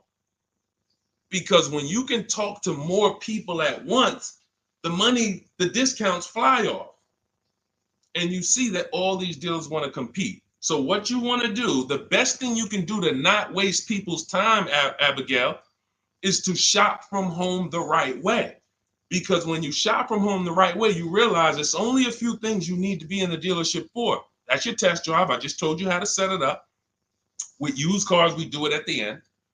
But we're only there for a second. In fact, when you go to pick up your car, they're going to tell you, thank you. This was one of the most easiest deals I ever made in my life. Because you came in, you emailed us, you knew what you wanted, you gave us the information we needed, we made you an offer, you knew what you were decisive. We have all these scripts. By the way, in my book, I have all the email scripts. You don't have to even think about what you're going to say. It's literally copy and paste, copy and paste, copy and paste, copy and paste when we're shopping for new cars and leases. With used cars, before I go to the next question, I want to hit on the used car process. Used cars, we must test drive at the end. We can't test drive used cars over here and then go and buy another used car over here. So what we do when we narrow our choices down on all these marketplaces to our top 5 favorite vehicles, we need to verify that there's no bogus fees. When I was shopping for my Infinity truck, I narrowed it down to 4 vehicles. But I'm going to tell you something that's the most. Who's bought a used car in their life? Type the letter U. I need you guys to program what I'm about to say into your brain cells for the rest of your life. Type the letter U if you bought a used car or if you plan on buying a used car one day. Type the letter U. All right. I see you, Michael. Don Dickey. Okay. Terrell. I see you, Blizzy. Tony. Okay. Lori. I see you. Victoria. Anybody who plans on this. Let me tell you how. Okay, let me tell you how. All right. See, when I'm about to reveal big stuff, I got to kind of see how I want to say it. The marketplaces that we go to look at used cars on, they're never going to tell us what a great price is. And I'm going to tell you why. The only thing that matters, let's say we're looking at 4 white Honda Accords. 4, they're all white. These are the cars we want. We've narrowed it down. We're looking at 4. They all got similar miles, and their asking price is $20,000. The marketplace is going to tell you what they think a good deal is based on algorithms. Based on all the vehicles listed on the market, this is a good deal. This is a bad deal. Here's what matters. How much was the original price of each vehicle? Why is this the only important thing? Because if we're looking at 4 white Honda Accords, but one of them was $35,000 when it was new, one of them was $39,000 when it was new, has a sport package, some special technology. One was $31,000 when it was new, one was $29,000 when it was new. What's the best value? What's the best value? You see how we clearly just went from, wow, all of these vehicles look the same, similar price, similar asking price. But once we found out, wait a minute, this one right here was $38,000 new. This one here has the cameras in it all around and the self-driving package, and it has the same asking price, or it's maybe $1,000 more. This is what I call the true value discount. The true value discount. And let me tell you why the marketplaces will never tell you this. Because if they advertise the true value discount, someone has to be at the bottom. In other words, when you're looking at Honda Accords, if you could go right to the true value, who's giving me the biggest discount off the original MSRP? That means the car at the bottom, they might be giving you no discount off the MSRP. We saw that during the pandemic. It was people selling, who remembers people selling Toyota Camrys, 3-year-old Toyota Camrys, for the same price as they were when they were new? There was some deal, everyone wasn't. I know a couple dealers, I know a couple general managers who run dealerships who are ethical. And they said, look, I don't care what the market does. I can't sell a used vehicle for the same price it was when it was new. I'm not doing that. Because when that customer comes back in 3 years to deal with me, I'm going to have to help them again. And if I buried them in their car, then I'm not going to be able to help them. But there were plenty of people who was. The true value discount is all that matters, which means we have to know what the car was new. We have to find the Maroni label. We have to go on the Carfax. We have to go to where the window sticker is and get the original price. And then we'll clearly see, oh, that's the best used car. And no one else shops like that. No one else shops like that. If y'all get that, type dollar signs. If you get that, what I just said, type dollar signs. That is what is important, not what they tell you is a good deal. So going back to me, when I got my Infiniti truck, 4 vehicles, all in a similar price range, all white. They were between $1,800 difference from each other, similar miles. But once I found out that one was 46,000 new, one was 48,000 new, one was 52,000, and the one I ended up getting was 54,000. That separated it. The one that was 54,000 new, they were giving me a 42% discount asking price. These are things that help you cut through the mess, the smoke and mirrors of the car business. In order for you to win and pay less than everyone else, you have to cut through the smoke and mirrors. That's what I'm great at showing you because I was in the business. So these are the things that, again, if you say, Deshone, I need the whole blueprint. I need to give me the step-by-step. Leasing, used cars, high mileage, new cars, give it to me step-by-step. That is my new digital book. It's called Cars from Home, 7 Steps to Saving Time, Money, and Avoiding Dealerships. It'll be in your inbox in literally 5 minutes, and you get yours for 75% off. Support yourself and support your family by getting your copy. Go to my YouTube comments. We have a link right there pinned for you guys. We have a link in the Facebook comments.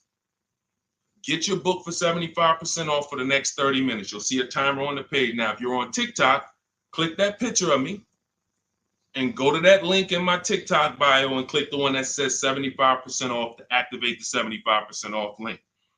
Get your book so that you never have to wonder about this. Now, we're going to continue, but I just know as we answer more questions, some of you are going to forget that. What we just went over in the last 10 minutes, this next question, you're going to forget all of that.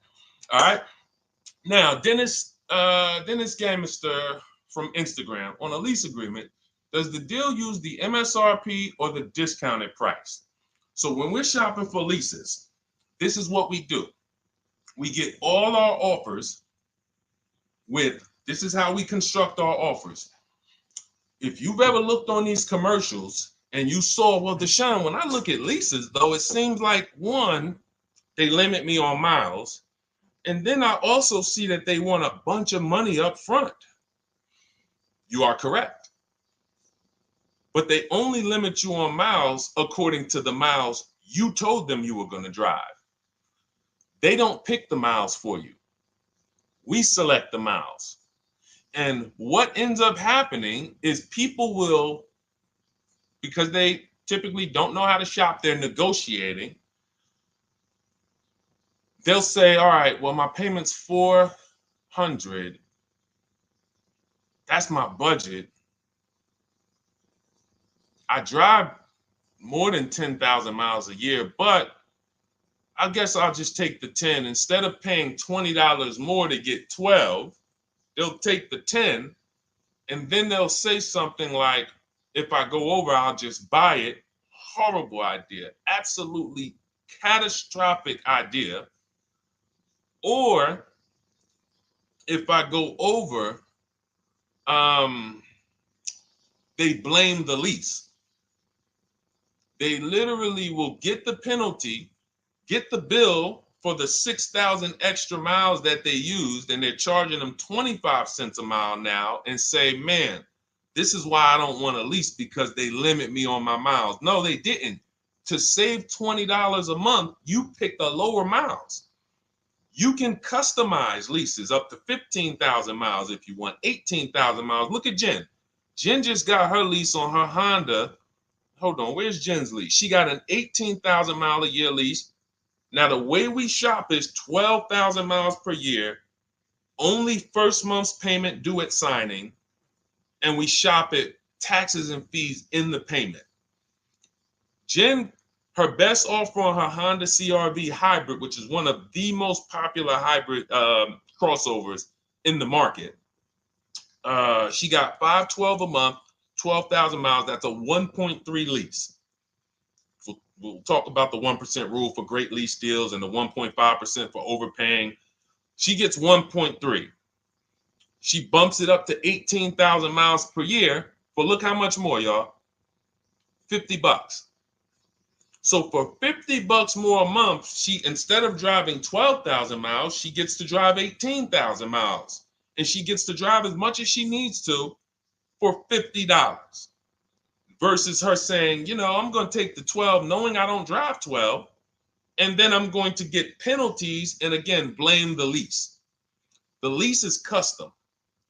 And the first time I learned about high mileage leases was when I was working at Hyundai. I was a manager at Hyundai for a short period of time. It was a highway dealer. The guy ended up going to jail. It was typical, like, you know, I've worked in some dealers, some phenomenal dealers, but this one was like, if you ever could imagine the prototypical highway scam dealership, I mean, this was it. So I was only there for 6 weeks, but I was a manager. And what I saw was I was taking care of this guy's lease who was just finished with it. He had 72,000 miles on it. And I went out there and I said, wait, you leased this? 72,000 miles? He said, yeah, I always lease now.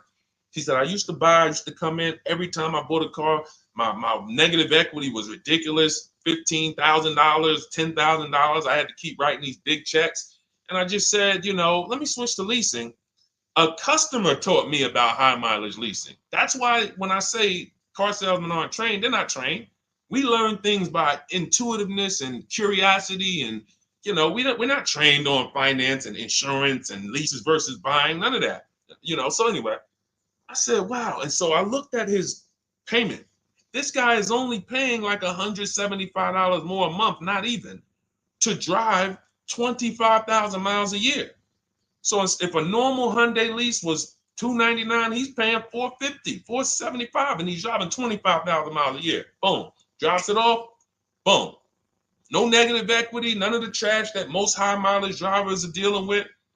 So when we are shopping for a lease, we have to shop with our template. Whenever you're getting your lease quotes, it's 12,000 miles a year, first month's payment only due at signing, taxes and fees in the payment. Assume tier 1. That's what we blast out. In my book, I have something called the 25 to 5 strategy. We connect with 25 dealers online. You use my email scripts, copy and paste. We're going to get 5 offers. This will take you. You saw Ansley. He said, I started it Saturday. By Monday, I accepted a deal. This doesn't matter. This is a 24, 48-hour turnaround to start getting offers on these vehicles. Now, once we're looking at offers, we take the MSRP. We take the monthly payment. We divide it into the MSRP. So let's just say we're shopping for a vehicle. It's $40,000. One of our offers is $400 a month. $400 a month. No money due at signing. Just $400. We drive off. We divide that into the MSRP, not the selling price. The MSRP. So now we divide that into $40,000. we can see and we multiply by 100, that's a 1% lease. The 1% lease rule has been around for the last 20, 30 years. If you could lease a vehicle and the offers is under 1% of the MSRP, it's a steal, great value. Because a $40,000 vehicle with no money down to buy would cost probably $800 a month on a 5-year loan. So it's incredible value. It's a steal. You don't have to worry, am I overpaying? Nowhere near. You're still in the vehicle. And we have some people who shop from home using the car. If you're Deshone, do those deals really exist? If you're on YouTube or Facebook, you can see right now, look, Greg got a 1% lease on his Kia EV6 Win, $527 a month, $56,000 vehicle. Look, Zafrina, $579 a month, $65,000 vehicle. Ansley, you saw Ansley's Infinity. Rosalie's Infinity truck. Right here. Look, it's paying $592 a month, $59,000 vehicle. 1% lease deals are out here when you know how to shop. Now, that's a steal. That doesn't mean that's the best. That doesn't mean, oh, if I can't get a 1% deal. In order to get a 1% deal, you have to not just shop. You need major support from the manufacturer. The lease program has to be good. The rebates have to be good. The residual value have to be good. The money factor, which is the interest rate, have to be good. There's a lease program that no dealer can control. So when we get these offers, that's how we're judging them. Divide the monthly payment into the MSRP. In my book, I have a calculator that I created where we put all our offers into it, and then it spits out what we call counter offers. So we get 5 offers, 7 offers. We put them all into this calculator I created. Again, this is the best $24. If you get there for $24 before that 30-minute timer and you get your copy, it'll be the best $24 you ever spent. I hold myself accountable to that. You can Google the book and read the reviews. There's software that we created that that's how you're judging your leases. You're looking and you're comparing to the 1% rule. Now, when you get to 1.5%, we can't make those deals. We're paying too much for a vehicle that we're giving back. We have to see, there was no indicator before I created the 1.5% rule. As much as I love educating people on leases, the only people who should be leasing is if you're not keeping your cars 8 years. All of you long-term people who are like, you keep your cars more than 8 years, don't think about leasing at all. You should be shopping for below market purchases. But if you're not keeping your cars 8 years, you're losing thousands of dollars not leasing cars. Depreciation is where you lose. Resale value is where you lose. So the 1% rule is what our anchor is, but 1.2 is great value. 1.3, great value. 1.4, good value. 1.5, good value. Anything over 1.5, now we're paying too much for a vehicle that we're giving back. So that's how we're judging. That's how we're judging and comparing our lease offers. And with the calculators that are in my book, you can literally do this in seconds. This stuff, these mathematical things that used to be complex, even hard for me to explain, when you're using the stuff in my book and you're seeing, wait, man, there's calculators, I can do this, boom, boom. Why don't these calculators exist on Google? Because anything that makes dealers compete, they're not going to make for you. They'll make stuff for you that allows you to see more and do this and make it easier and faster and connect to get a loan quick. But competition, any tools that create competition, they're not going to make those for you, because that's where the real money comes off, when you make dealers compete. Okay, so you want your copy of Cars from Home, 7 Steps to Saving Time, Money, and Avoiding Dealerships. Click the picture of me on Instagram or TikTok. It's going to take you to my bio. You won't leave the broadcast.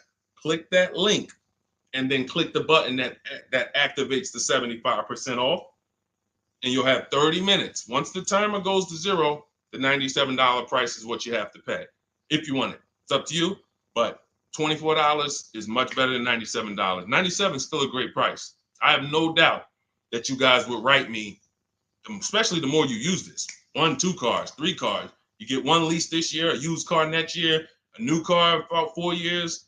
And Deshone, what about when websites change? What about, this is an online system. Websites go out of business. Vroom went out of business. They were in my book. We used to get bids from them. to sell cars to them. When we were shopping for used cars, they were in my multiple marketplace strategy. They went out of business. I went right into the master file, updated the 9,000 people that had a book. It was probably like 2,000, 3,000 at that particular time.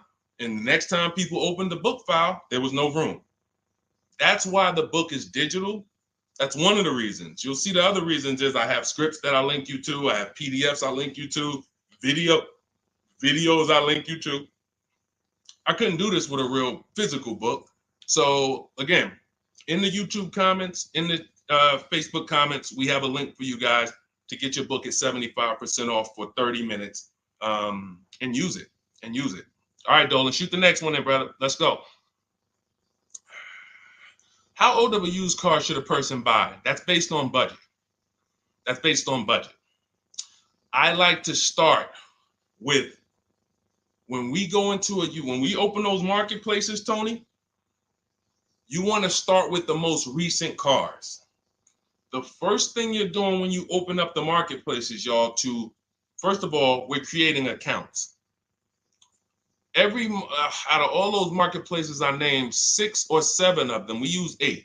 We use eBay Motors, we use Carfax.com, we use Cars.com, Autotrader.com, CarGurus.com, Carvana, CarMax, Driveway, and that's 8. 7 of those, or 6, allow us to create an account. Why is it important to create an account?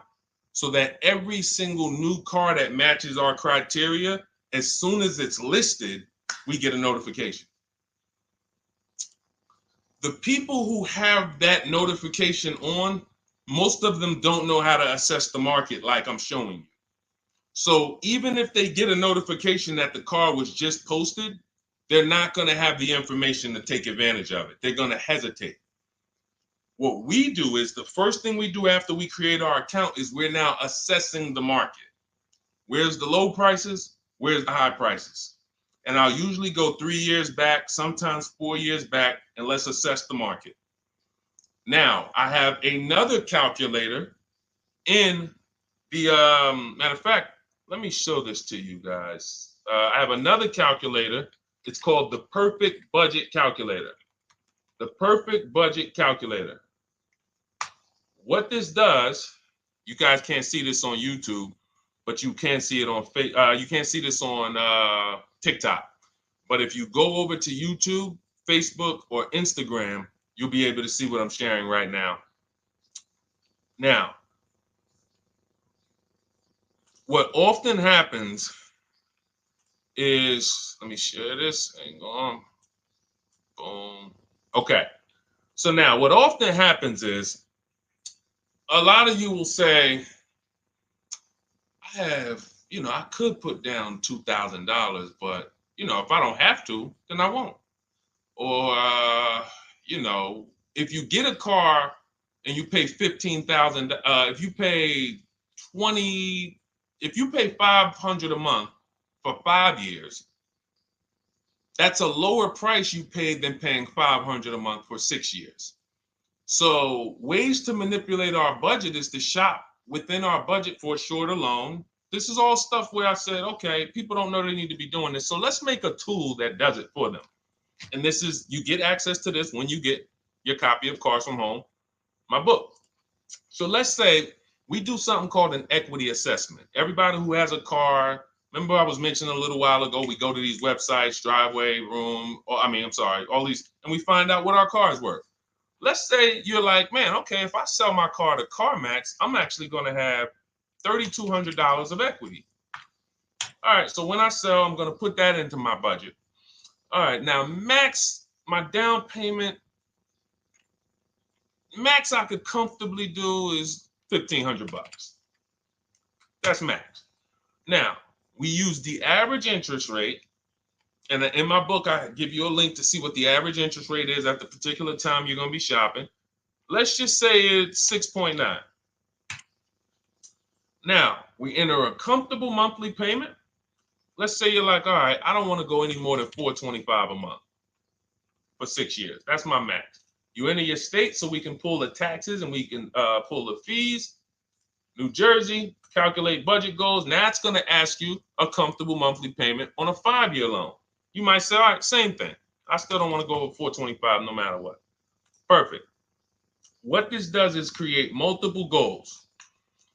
And it creates multiple goals. It creates a starting point. Now, if you find a car at this price, $18,776 or less, you can do a 5-year loan, use none of your equity, so this will go in your bank, and use none of your down payment. Now, next goal may be, okay, $22,000 or less. 6-year loan, no equity, no down payment. So the first two goals are no money down goals. If I find a car anywhere in these price ranges, I can do these deals, no money down. Now, this is one where I use my equity, but no down payment. Goal number 4, I use my equity for a 6-year loan, no down payment. Now, goal number 5. Now you can see the price of the car is getting higher.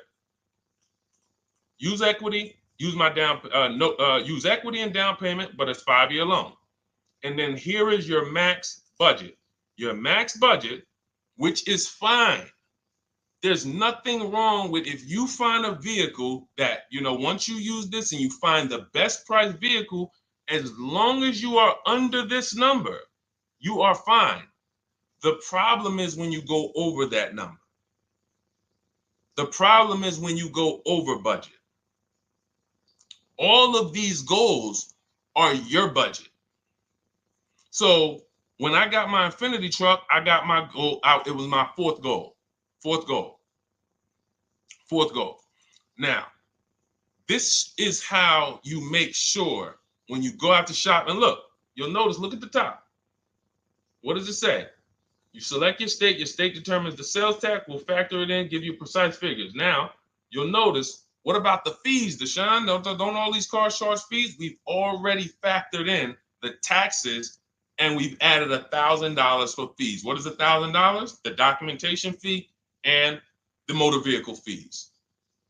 It's all in there. So you can go out and know that's my max budget. I cannot buy a vehicle, make a deal on a vehicle where my purchase price is more than $26,729. That's the perfect budget calculator. So there are certain things that I had to create. No one does them. Everything that I was referring you guys to, all the websites, I was doing this, and there was some things where I couldn't refer you to anything because it doesn't exist. We had to build it. So this is how we make sure we are shopping, whether it be for new cars, used cars, below our budget. And that's not how you make, but here's the thing. I need you, before we go to the next question, I need you to understand something. That doesn't make sure you pay below market price. You have to combine this with getting bids, because you can be within your budget and pay over market value. There's 3 types of prices you can pay for a car, whether it's a new car, used car, or lease. Did you pay market value? That's what everyone's paying. Average. Did you pay over market value? Our only deals we make are below market value. And the way that happens is through bidding and creating a marketplace around you where all these people are competing for your business. That is how you combine that with the budget. This will keep you below your budget, but it does not guarantee. If I gave this to you, all of you would be like, this is great. I'm never going to go over my budget again. But it does not, until you combine that with getting bids for whatever you're looking for, you still run the risk of overpaying, even if you're under budget. Okay? Clear? Type $ if you're all clear before we move to the next question. And there's no way for us to do this manually. If there was a way that you could do this manually, trust me, I would have told y'all to saw me make a video about it all day on my social media. There was just no way. We had to build software. In my book, you guys will have access to at least 5 calculators for counter offers for new cars, true value discounts when you put the new price you put the original new price of the used car deal, whatever used car you're buying, you put the new car price in, and then you put in the asking price, and it tells you the true value discount, perfect budget calculator. We have at least 5 softwares that I've custom built, and to make sure you guys get great value. So again, I didn't want to be the person who said, you guys know, there's plenty of people who be like, man, the value I'm giving you guys, I'm gonna charge $2.99 for the book. Whatever. The people who pay, they'll save the money. And the people who pay, there'll be some people, because some people are gonna pay, they just see value. Poor people look at cost. Wealthy people look at value. People who are into financial literacy they don't ask themselves, how much does that cost? They ask themselves, what's the value I'm getting from that? And I could have said, well, you know what? I'm going to help you pay less than everyone on new cars, used cars, leases. We'll do $200, $300 for the book. And I only want to sell it to 1% or 5% of the pie. But at the end of the day, my mission is to help as many people want to be helped. And so that's why I said, okay, $97. But even our welcome offer, you got a chance to get it for $24 if you get there before the 30 minutes is up. Okay? YouTube link, get your copy. And make sure you save the support email, guys. If you see it scrolling across the screen. If, for instance, you don't get your book in 5-10 minutes, it's usually because you typed your email wrong. Reach out to my support team. They'll get you the book immediately. And soon as you pay, go to TikTok. Look, y'all see the links. Go to my bio on YouTube and Instagram. Get your copy. And as soon as you pay your $24, there's going to be a page that says screenshot this page. Right on that page, you can access your book. I want you to have the book immediately, but I also, in case some of you type wrong, big thing, we fat finger stuff. I want you to have the support email so that you can reach out to my team so we can make sure that book is in your inbox so you can use it and start saving money and building confidence. Okay, Dolan, next question, man. Let's keep it rolling. Okay, there's something about Mary on Instagram. I bought a car as is, and in less than a month, motor lock. Can I sue for selling me a lemon? I'm not a lemon law attorney, but that is not what a lemon law case is based off of, in my understanding. Lemon law case is based on you buying a vehicle and the same thing continuing to go wrong at least 3 times. That's a general overview of, what the lemon law process is. And if y'all are enjoying the broadcast on TikTok, can y'all just double tap the screen and keep running those likes up? Every time y'all do that, y'all help TikTok bring more people here, and I appreciate it. If you're going to spend some time with us and, every time just you hear something you like and you're like, man, we got to share this. Oh, and shout out to Madhu for sharing. Here's the thing. I made a video about this the other day because a friend of mine got a used vehicle and the transmission went out on him in about a month. So it wasn't the engine. But when you buy a vehicle as is, it's very tough for you to have any recourse, anything that you can do, because you're signing a contract that specifically says as is. It's very tough. What I would do if I was you, because the damage is done, I just find out what it would cost me to put a used engine in the vehicle, rebuilt in a used engine, salvage yard. You need to, and especially if you're buying cars that you're paying cash and you're buying as is cars, these are probably cars that are under 10 grand, 12 grand. You need a mechanic. See, because that's a strategy. There is a great strategy called buying inexpensive cars and having a local mechanic so you could do what's right. Oftentimes you could drive those cars for a year or two and sometimes sell them for what you got for them because you've outlived the depreciation. Those cars are not depreciating as much unless you overpay for them. If you overpay for it, then it's going to drop because you overpaid for it. But if you pay a great price on some of these vehicles, you can oftentimes win with this, but it requires skills. One of the skills is, how do I avoid engine issues, transmission issues? So a couple things. for those of you who may be going this route, you need to narrow your search down thoroughly based on title history, service records, accident history. That oftentimes you'll see, if I typed in right now 2018 Subaru Outback longevity. That's one of the things we do. It's in the fourth step of my book. Before we get prices on anything, we do a quick 5-minute search to make sure these aren't bad cars. There are bad cars out there, but there's data that shows us. If I type that in, it'll tell, okay, these vehicles are known for lasting 100,000 to 300,000 miles, depending on how they're maintained. That means you could have a quality vehicle, but if it wasn't maintained correctly by the first owner or owners, it's going to break down. The life cycle is cut short. These are preventable mistakes by simply checking Google. Now, we narrow these things down based on title history, service records, accident history. Once we do that, I don't mind buying a 10-year-old. I bought a car that was it's my around the city car. I drive it probably 200 miles a month. I bought it from a owner in South Orange. He was a 98-year-old man. He's had it for 10 years, and he knew everything about it. He leased it for 3 years, then he bought it.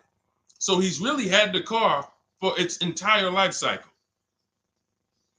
That's what you want, because you're able to look and see the service records. I don't mind. We have to take the risk off of ourselves, and the risk off of ourselves with used cars to prevent ourselves from buying these used cars that are breaking down on people, and they're always in the shop, and they're dying on the road, and you got to keep the tow truck on speed dial. It's simply a matter of checking to see the reliability records of the car, which is easily accessible on Google, the way I just said, and then making sure the one we get was actually maintained correctly. And that's going to give us the best chance of having a great experience. These are the steps we must take. But in your particular case, there's probably, I don't think you have a case. You can certainly reach out to a lemon law attorney. I don't think you have a case at all. I think because it's buyer beware with cars. It's buyer beware. That means it's on you. If something goes wrong, it's on you. And so what I would do is I would find a local mechanic that I trust, that everyone loves in the neighborhood, and I've been there for 10 years, 20 years. And I would say, listen, can you find out what it would cost me to put another engine in this vehicle? My father did this on his GMC Envoy about 6 years ago. It was a 2008 Envoy. The engine went out on him. He put a new engine in the vehicle. One of the best $2,000 he ever spent, $2,000 or $2,500, whatever it cost him. They put a new engine in that vehicle. He still has it. He's about to sell it for about $4,000. He's had that vehicle from 2013. Think about that. A lot of people, engine goes out, they sell the car. It's worthless now, so they take the loss. Meanwhile, man, let me come up with $2,500, and I still got no car payment for the next 6 years. We don't need to be so quick to go replace our cars. If we follow these strategies, we can actually, I love to see more people doing that. Just go fix the car. But don't go to the dealership to fix it when they tell you, hey, the engine's going to cost $10,000. And what does the dealership say, y'all?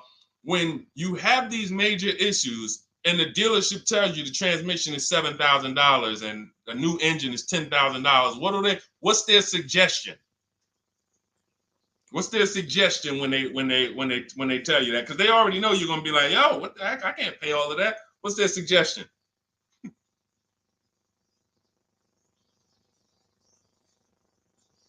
see, let me give y'all some time to type. I just want y'all to know, this is how the system works. So I know somebody. Look, thank you, J. June. Trade it in. Thank you. You see how we can? Oh, look, N.Y. Anderson, buy a new one.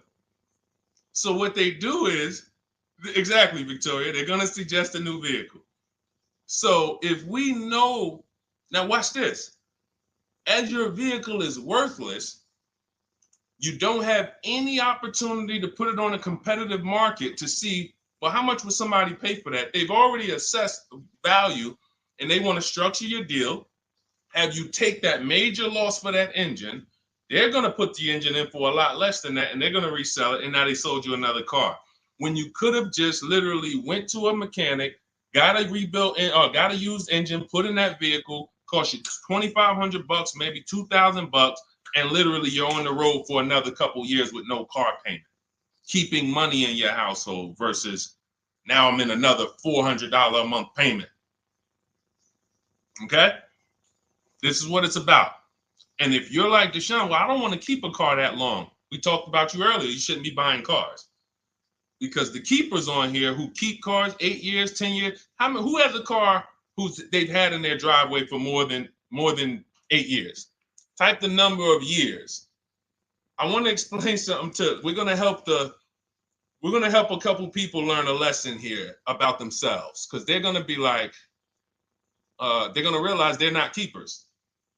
Look, look, we need to show people, because some people think, oh, I keep my cars a long time. I keep them about 6-7 years. We need to show that that's not a long time in the world of cars and depreciation. So Michael, 15 years. Michael got a car that he's had for 15 years. Let's go. Type the number of years you've had it if it's more than 8. Look, Vancia, 11 years. Let's see. See, a lot of people don't keep their cars. Look, N.Y. Anderson said, I drove my last car 14 years. All right, Connie, 15 years. She has a 2004 Chevrolet. Tony on Facebook, 2006. Now, watch this, y'all. If you ask me, Deshone, what's the way to get the most money out of a vehicle? It's to do what they're doing. Tanaya, 9 years. No, Renata, not less than 8. Not less than 8. We're trying to put you into a different cat. We're trying to help you see the category you should be in. Look, 9 years. Donna, 15 years. What's so important for y'all to see about these people is that they have beat depreciation. And that means whatever their vehicles are worth today, a year from now, they're going to be worth about the same. If their vehicles are worth $4,000 today, a year from now, they'll be able to still sell it for about $4,000. But the thing is, they're trying to get the most money out of it because the cost of replacement is expensive compared to what they're doing. No matter how much they got to pay to keep those vehicles on the road every year, a little couple $100, maintenance, whatever, it's nothing compared to going and getting a new car and bringing hundreds of dollars a month or thousands of dollars in the form of cash out of our household. And everyone's not going to do that. And that's okay. You should not be buying cars. You should be shopping for below market leases. Because again, there's 2 ways to save money. Do what the keepers do. You just saw all the keepers. We shouted out all of them. And the other way is to go in and not tie money up in the vehicles in the first place. When you look at somebody like Danielle, she's driving a $44,000 Audi, 2024 Audi A3. That vehicle is $800 a month to buy, no money down. $800 a month for 5 years, maybe $700 a month for 6 years. She's paying $550 a month.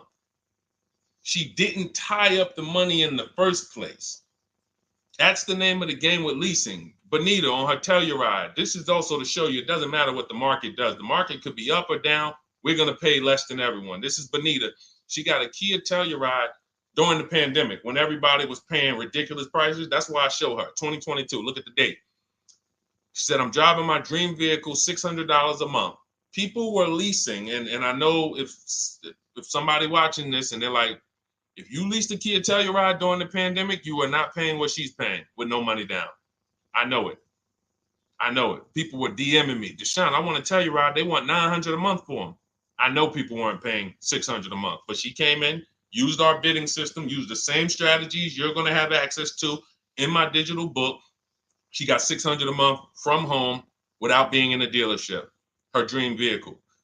This is how you win.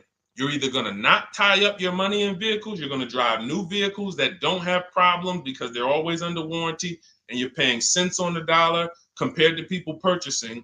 Or you're going to be a keeper like Michael and like Donna and like the people who said, okay, I'm keeping my vehicle this long. That's why in my book, it's 7 steps. But the first step is to ask yourself how many years you're keeping your next vehicle. That is the first question I would ask you if you and I were shopping together. My first question to you would be, Michael, how many years you want to keep the next vehicle? 8 or more or less than that? If you said to me, Deshone, I'm going to keep it at least 8. All right, let's go for the purchase. New or used, depending on budget, but we're purchasing. We need to find a below market purchase. If you said, Deshone, I'm 6 years max. I can't see myself keeping a car more than 6 years. All right, we're going to shop for a below market lease.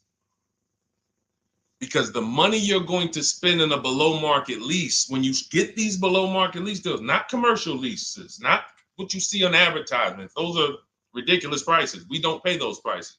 None of these people that you see, Greg, Charles on his Palisade, none of these are advertisements. They're thousands less. But when you're putting money in the cars and you're driving brand new cars, this is how it was for me when I was 22.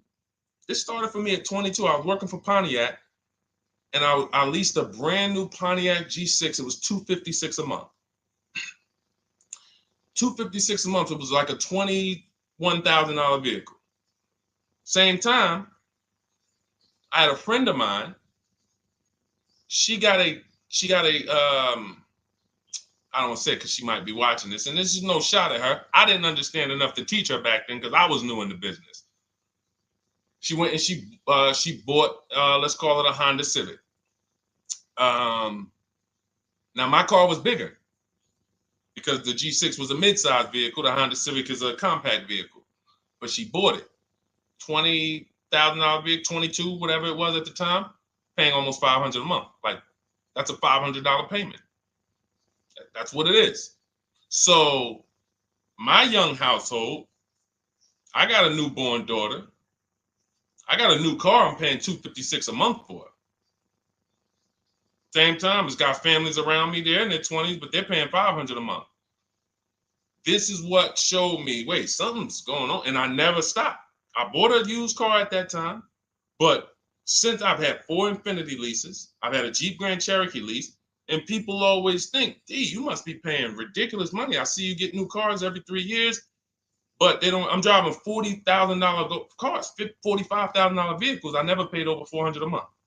Not one of my lease payments was ever. I remember I got this Jeep Grand Cherokee, and it was a $35,000 Jeep Grand Cherokee Laredo, 2018. When I got my offers, the best offer was $330 a month. 12,000 miles per year. And that's what I was driving. If I was driving 15, I would have bumped it up to 15,000 miles per year. I got $330 a month. I went in there and I gave them $330 for that Jeep Grand Cherokee, and I drove off. $35,000 vehicle. This is what I'm telling you guys. This is what is called deal structure. If your deal is not on the right foundation, if you buy but you should have leased, you're overpaying by thousands and thousands of dollars. And you're going to have subpar vehicles with that run out of warranty, and you're going to have the same payment. You're going to have higher payments. I need you out of these 2 categories. I need you in one of these 2 categories. I'm either going to keep my vehicle long enough to beat depreciation, 8 years or more, or I'm shopping for a below market lease. I'm not going to be stuck in the middle no more, buying vehicles and then selling them while they still have a loan on them, negative equity and all of this stuff. This is paramount. Okay, the buying versus leasing thing. I need most of you to put this to bed today. And I think I'm one of the only people that goes into buying versus leasing by the numbers. It's not opinion based. It's not, oh, I think you should lease if you're depending on the car here. It doesn't matter the car. Doesn't matter the car. You can see Teddy's, let's show Teddy's luxury. Teddy got a BMW. Doesn't matter. He wasn't going to keep it 10 years. Look, goes on a BMW 2024 i4 M50. It's a $73,000 vehicle, $856 a month. $856 a month. Look, he said the dealer's initial offer came in at $937 using the counter offer calculator. Using the counter offer calculator, he counted at $829. 8:56. If you just jumped on the broadcast, I showed you some of the calculators that I created that are in this book. In my book, there's a reason it's 5-star rated. There's a reason people that you can go read what your peers say about that book. Get your copy for 75% off. It's in my TikTok bio. Click that picture of me. Click the link. Same thing on Instagram. Go to my bio, click the link, and you'll see a button that activates the 75% off book. And if you're on YouTube or Facebook, it's in the comments section. 30 minutes only. Get your book so you can have access to all of this. Unless you just have an incredible memory and you can remember everything we talked about over the stream, but none of you can. I know none of you can. That's why, I couldn't even do it. It's just too much. We're talking about used car strategies, new car strategies, lease strategies. You guys, you're not gonna remember all of that. But anyway, let's go. All right, I think we got time for a few more. Go ahead, Dolan, keep it rolling. Make sure you guys screenshot the support page. As soon as you pay for your book, the book is on the thank you page. Remember that. I don't want you, I send you the book 2 ways. As soon as you pay, it says access your link below, open it. You can click it and save it right to your phone or computer right then and there. If you do not save it right then and there, make sure you screenshot the support page or use the support email that's scrolling through the screen. This is not for questions. Do not send me general car questions here. I don't answer questions by email. That is strictly for those of you who have your book and you're like, or you paid for the book and you're like, okay, where is it? It's usually because the email was wrong. That's okay. Hit that support email so that my team could send you the link out so that you can have your book today and start digging into it and using it. Even if you're not shopping right now, you can still map a plan out. Go ahead, Dolan, shoot the next question up.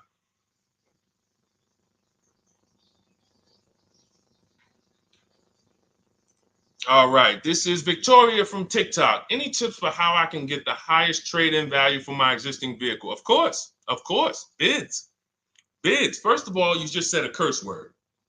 You may not know, but we don't use that T word here because you're never going to get anything. You're not going to get a max value for anything trading. We are fortunate that we have the opportunity to get bids from cash buyers in the market. And I'm not talking about cash buyers like Facebook Marketplace where a person, it's one of your neighbors from your town coming to look at your car. I'm talking about institutional cash buyers. People who cut a check instantly and, they do an inspection. That Jeep Grand Cherokee I sold to CarMax, they were the highest bidder 3 years ago during the pandemic. I'm not going to tell you what I made because those values don't exist anymore. So it just doesn't even make sense. But, those of you who were watching my videos earlier 3 years ago or using my tips, you guys cashed out and made ridiculous money. When corporations were trying to make money on people, we made money too. But CarMax won the bid. I went down there. They did an inspection on the vehicle. They came back. Accounting department came, cut me a check. I walked away with a check. That's it. You don't want to trade. You want to sell. You want to break your not even break your transactions. I need you, Victoria, to realize there are three transactions in a car deal. Who you're going to sell your car to, that's one. Who you're going to buy your car from, that's another. Who you're going to get your loan from, that's the third one. Now, you're not always cash buyers. Deshone, I pay cash, then you don't need that. Deshone, I don't have a vehicle to replace, then you don't need that. But how do we make sure we get the highest value or the biggest discount? Bids. Each one, we make the market bid. So what you should do right now, Victoria, this is step 2 in my book. After we decide whether we're going to buy or lease our next vehicle, that's step 1. Then we move to what is called the equity assessment. We need to find out, do we have equity or negative equity? Equity assessment. We call our bank. If we have a loan, we find out what our payoff is. Then we're going to go to CarMax.com. I'm going to give you the 6 companies. This is the equity assessment process. We do this for leases too. I don't know if we have time to go into that, but I'm sure there's people on here who didn't know you could sell a lease. Type a question mark if you didn't know. Deshone, what do you mean selling leases? I never heard of that before. Type a question mark if you didn't know you could sell leases. We have an equity assessment process for that too. But what you would do is you go to CarMax, Driveway, Carvana, Kelly's Blue Book Instant Cash Offer. This takes 20 minutes. Auto Nation, Sell My Car, and Car Gurus, Sell My Car. Car Gurus, Auto Nation, Kelly's Blue Book Instant Cash Offer, Driveway, Carvana, CarMax. 6 offers in 20 minutes. That's bids. See, everything we do is a bid. That's how we have peace of mind. We don't negotiate. We make people negotiate with each other. There's 2 schools of thought. I want to remodel my kitchen. I want to remodel my whole kitchen. I go in and I have 5 people come out to give me a quote. One of them comes in and I start negotiating with them. Hey, you got to take less. Hey, you got to take less. You got to take less. I don't know if it's a good price or not. But when I come in, the first person comes in, I say, hey, okay, great. Is this your best offer? I'm having a couple other people come by. Oh, okay. Okay, thanks a lot. Next offer? Oh, next offer? Oh, well, listen, look, I could beat that. Oh, I'll give you another 5,000 off. They're competing against each other. When someone knows you are shopping their competition, you're making them compete with each other. They're negotiating with each other, not with you. That's a bar. Type of exclamation point if you got that. When people know you're making them compete with their competition, they're negotiating with their competition, not with you. That's the power of bidding. That's why we got grandmothers and single mothers that can come in and do this. That's why we got people who can come in and do this. You know, how are people getting these prices? Not negotiating, because they're making people negotiate with each other to earn their business. They're making banks negotiate with each other to earn their business. It's a beautiful thing. Banks and dealerships depend on you not making them compete. They want to negotiate with you and try to make you imagine and make you think, well, that's the bottom. That's the bottom. And you think that's the bottom, but that's only their bottom. Their competition's bottom is different. Their competition's best interest rate is different. Their competition's best discount is different. And why is what we do so easy? Because we're right here in our houses. That's why our entire system, our company, my book, our mindset is called Cars from Home. Cars from Home. It encompasses everything we do. Cars from Home. So that's what you do, Victoria. First thing you do is you go to those 6 websites, get your 6 cash offers, and that's going to be higher than any dealer you would ever consider trading the car to. Guaranteed. And this also allows us to eliminate the fake emails we get. All of this stuff is computer generated. I know you guys get these emails. Hey, Deuce, great news. We need your 2016 Kia Optima.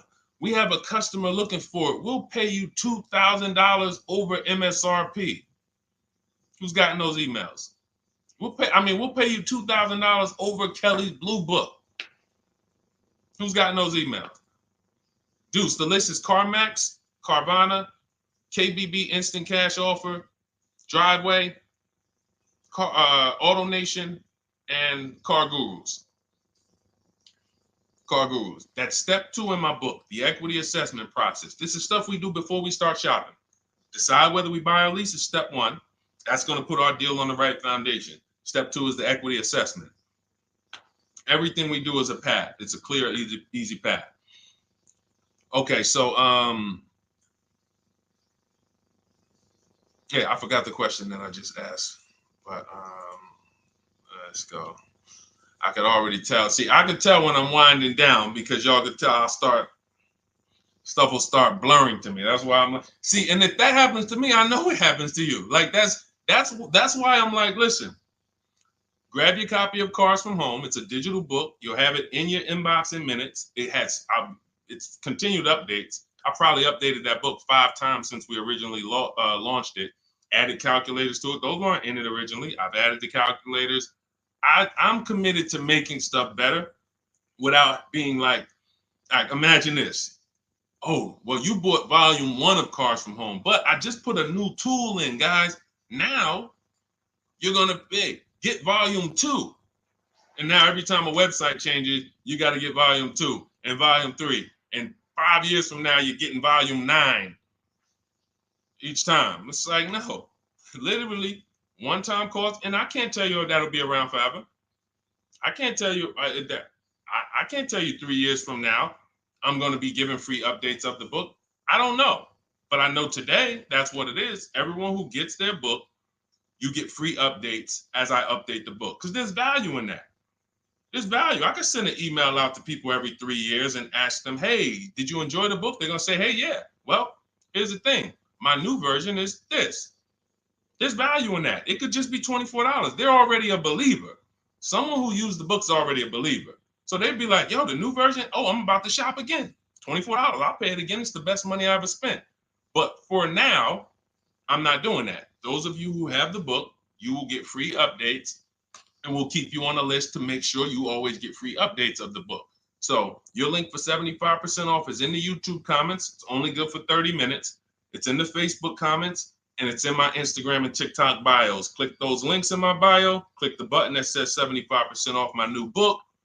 Get there before the $97, before it goes back up to $97. And make sure you save the support email, guys. Screenshot the support email. It's scrolling across the bottom of the screen. If that book is not in your inbox in 5 minutes, I want you to email my support team. Make sure you check your spam. And I also want you to, as soon as you purchase, you'll see, I say, hey, access your book below. So there's a link where you can click, open it up, get your book immediately if you want to download it, but I also email you a copy. But make sure you save the support email just in case. And again, that email is not for questions. Okay, it's not for car shopping questions, nothing like that. That's only to make sure you get your book. Okay, so great. Listen, great job. We've been on here about 1 hour and 20 minutes. Great questions. You guys know I like to go into detail in these questions. I would love to be able to get through 100 questions in 1.5 hours, but that's just not the way it works. We're not talking about buying, $100 items here. If we were talking about house buying, we'd have to go into detail. These are major items. This is the most expensive item y'all are going to buy behind your house. Think about that. And think about how many people are there to protect you when you buy a house. Think about how many people have licenses. See how that question got asked earlier? Can they sue if it was a house and they did you wrong? Sure. You can go before the real estate commission. People can lose their license. People can lose their ability to practice real estate. If they did something unethical, you can bring them before a court and a judge, and you can have recourse. You can get, justice. Cars, you got nobody. No one's licensed. The person who's helping you buy your car that you're sitting there negotiating with, which I want you to stop, they might have just got that job. And they didn't get that job because they're a finance expert and they're someone who understands how to help you, because they're not going to ever make you compete against. They're never going to put you in a position where you can make them compete. They'll say, hey, let's negotiate. But here's the thing. That person just got a job because, you know how many people walked in a dealership with a good smile and a good personality? 2 weeks later, they're selling cars. These are the people that are helping you. They're not licensed. They didn't go through school. They didn't go through ethics training. They didn't go through any of this stuff that realtors and brokers have to go through to help you buy houses. So when you get your car, it is on you. That's why you want me working with you. You want my blueprint. You're not by yourself. You're watching my videos. Once you get my book, you can stop watching my social media videos. I don't want you watching my social media videos if you have my book. It's just going to confuse you, because what my social media videos do is warn you what not to do. That's what my social media videos do. Don't do this. The worst thing you could do is this. The worst thing you could do is this. Don't do this. My book is teaching you what to do. It's telling you what to do. It's not an education book. It's a do this first. Step 1, do this, do this, do this. Step 7, hey, congratulations, we're taking delivery. We're not focused on that. So once you get my book, you don't have to watch my social media videos ever again. And I want to say that because a lot of people will get the book and still be watching them and trying to piece it together. You got my blueprint. You don't need those videos anymore. Okay? So always a pleasure, y'all. God bless you. To those of you who have your book, make sure you email me when you pick up your cars, send me all the details. Deshone, check this out. This is what I got. This is what I paid, so that we can bring you guys into the stream and continue to tell everybody about you. So about the results. All right. God bless y'all. I will see y'all on the next stream. Always a pleasure.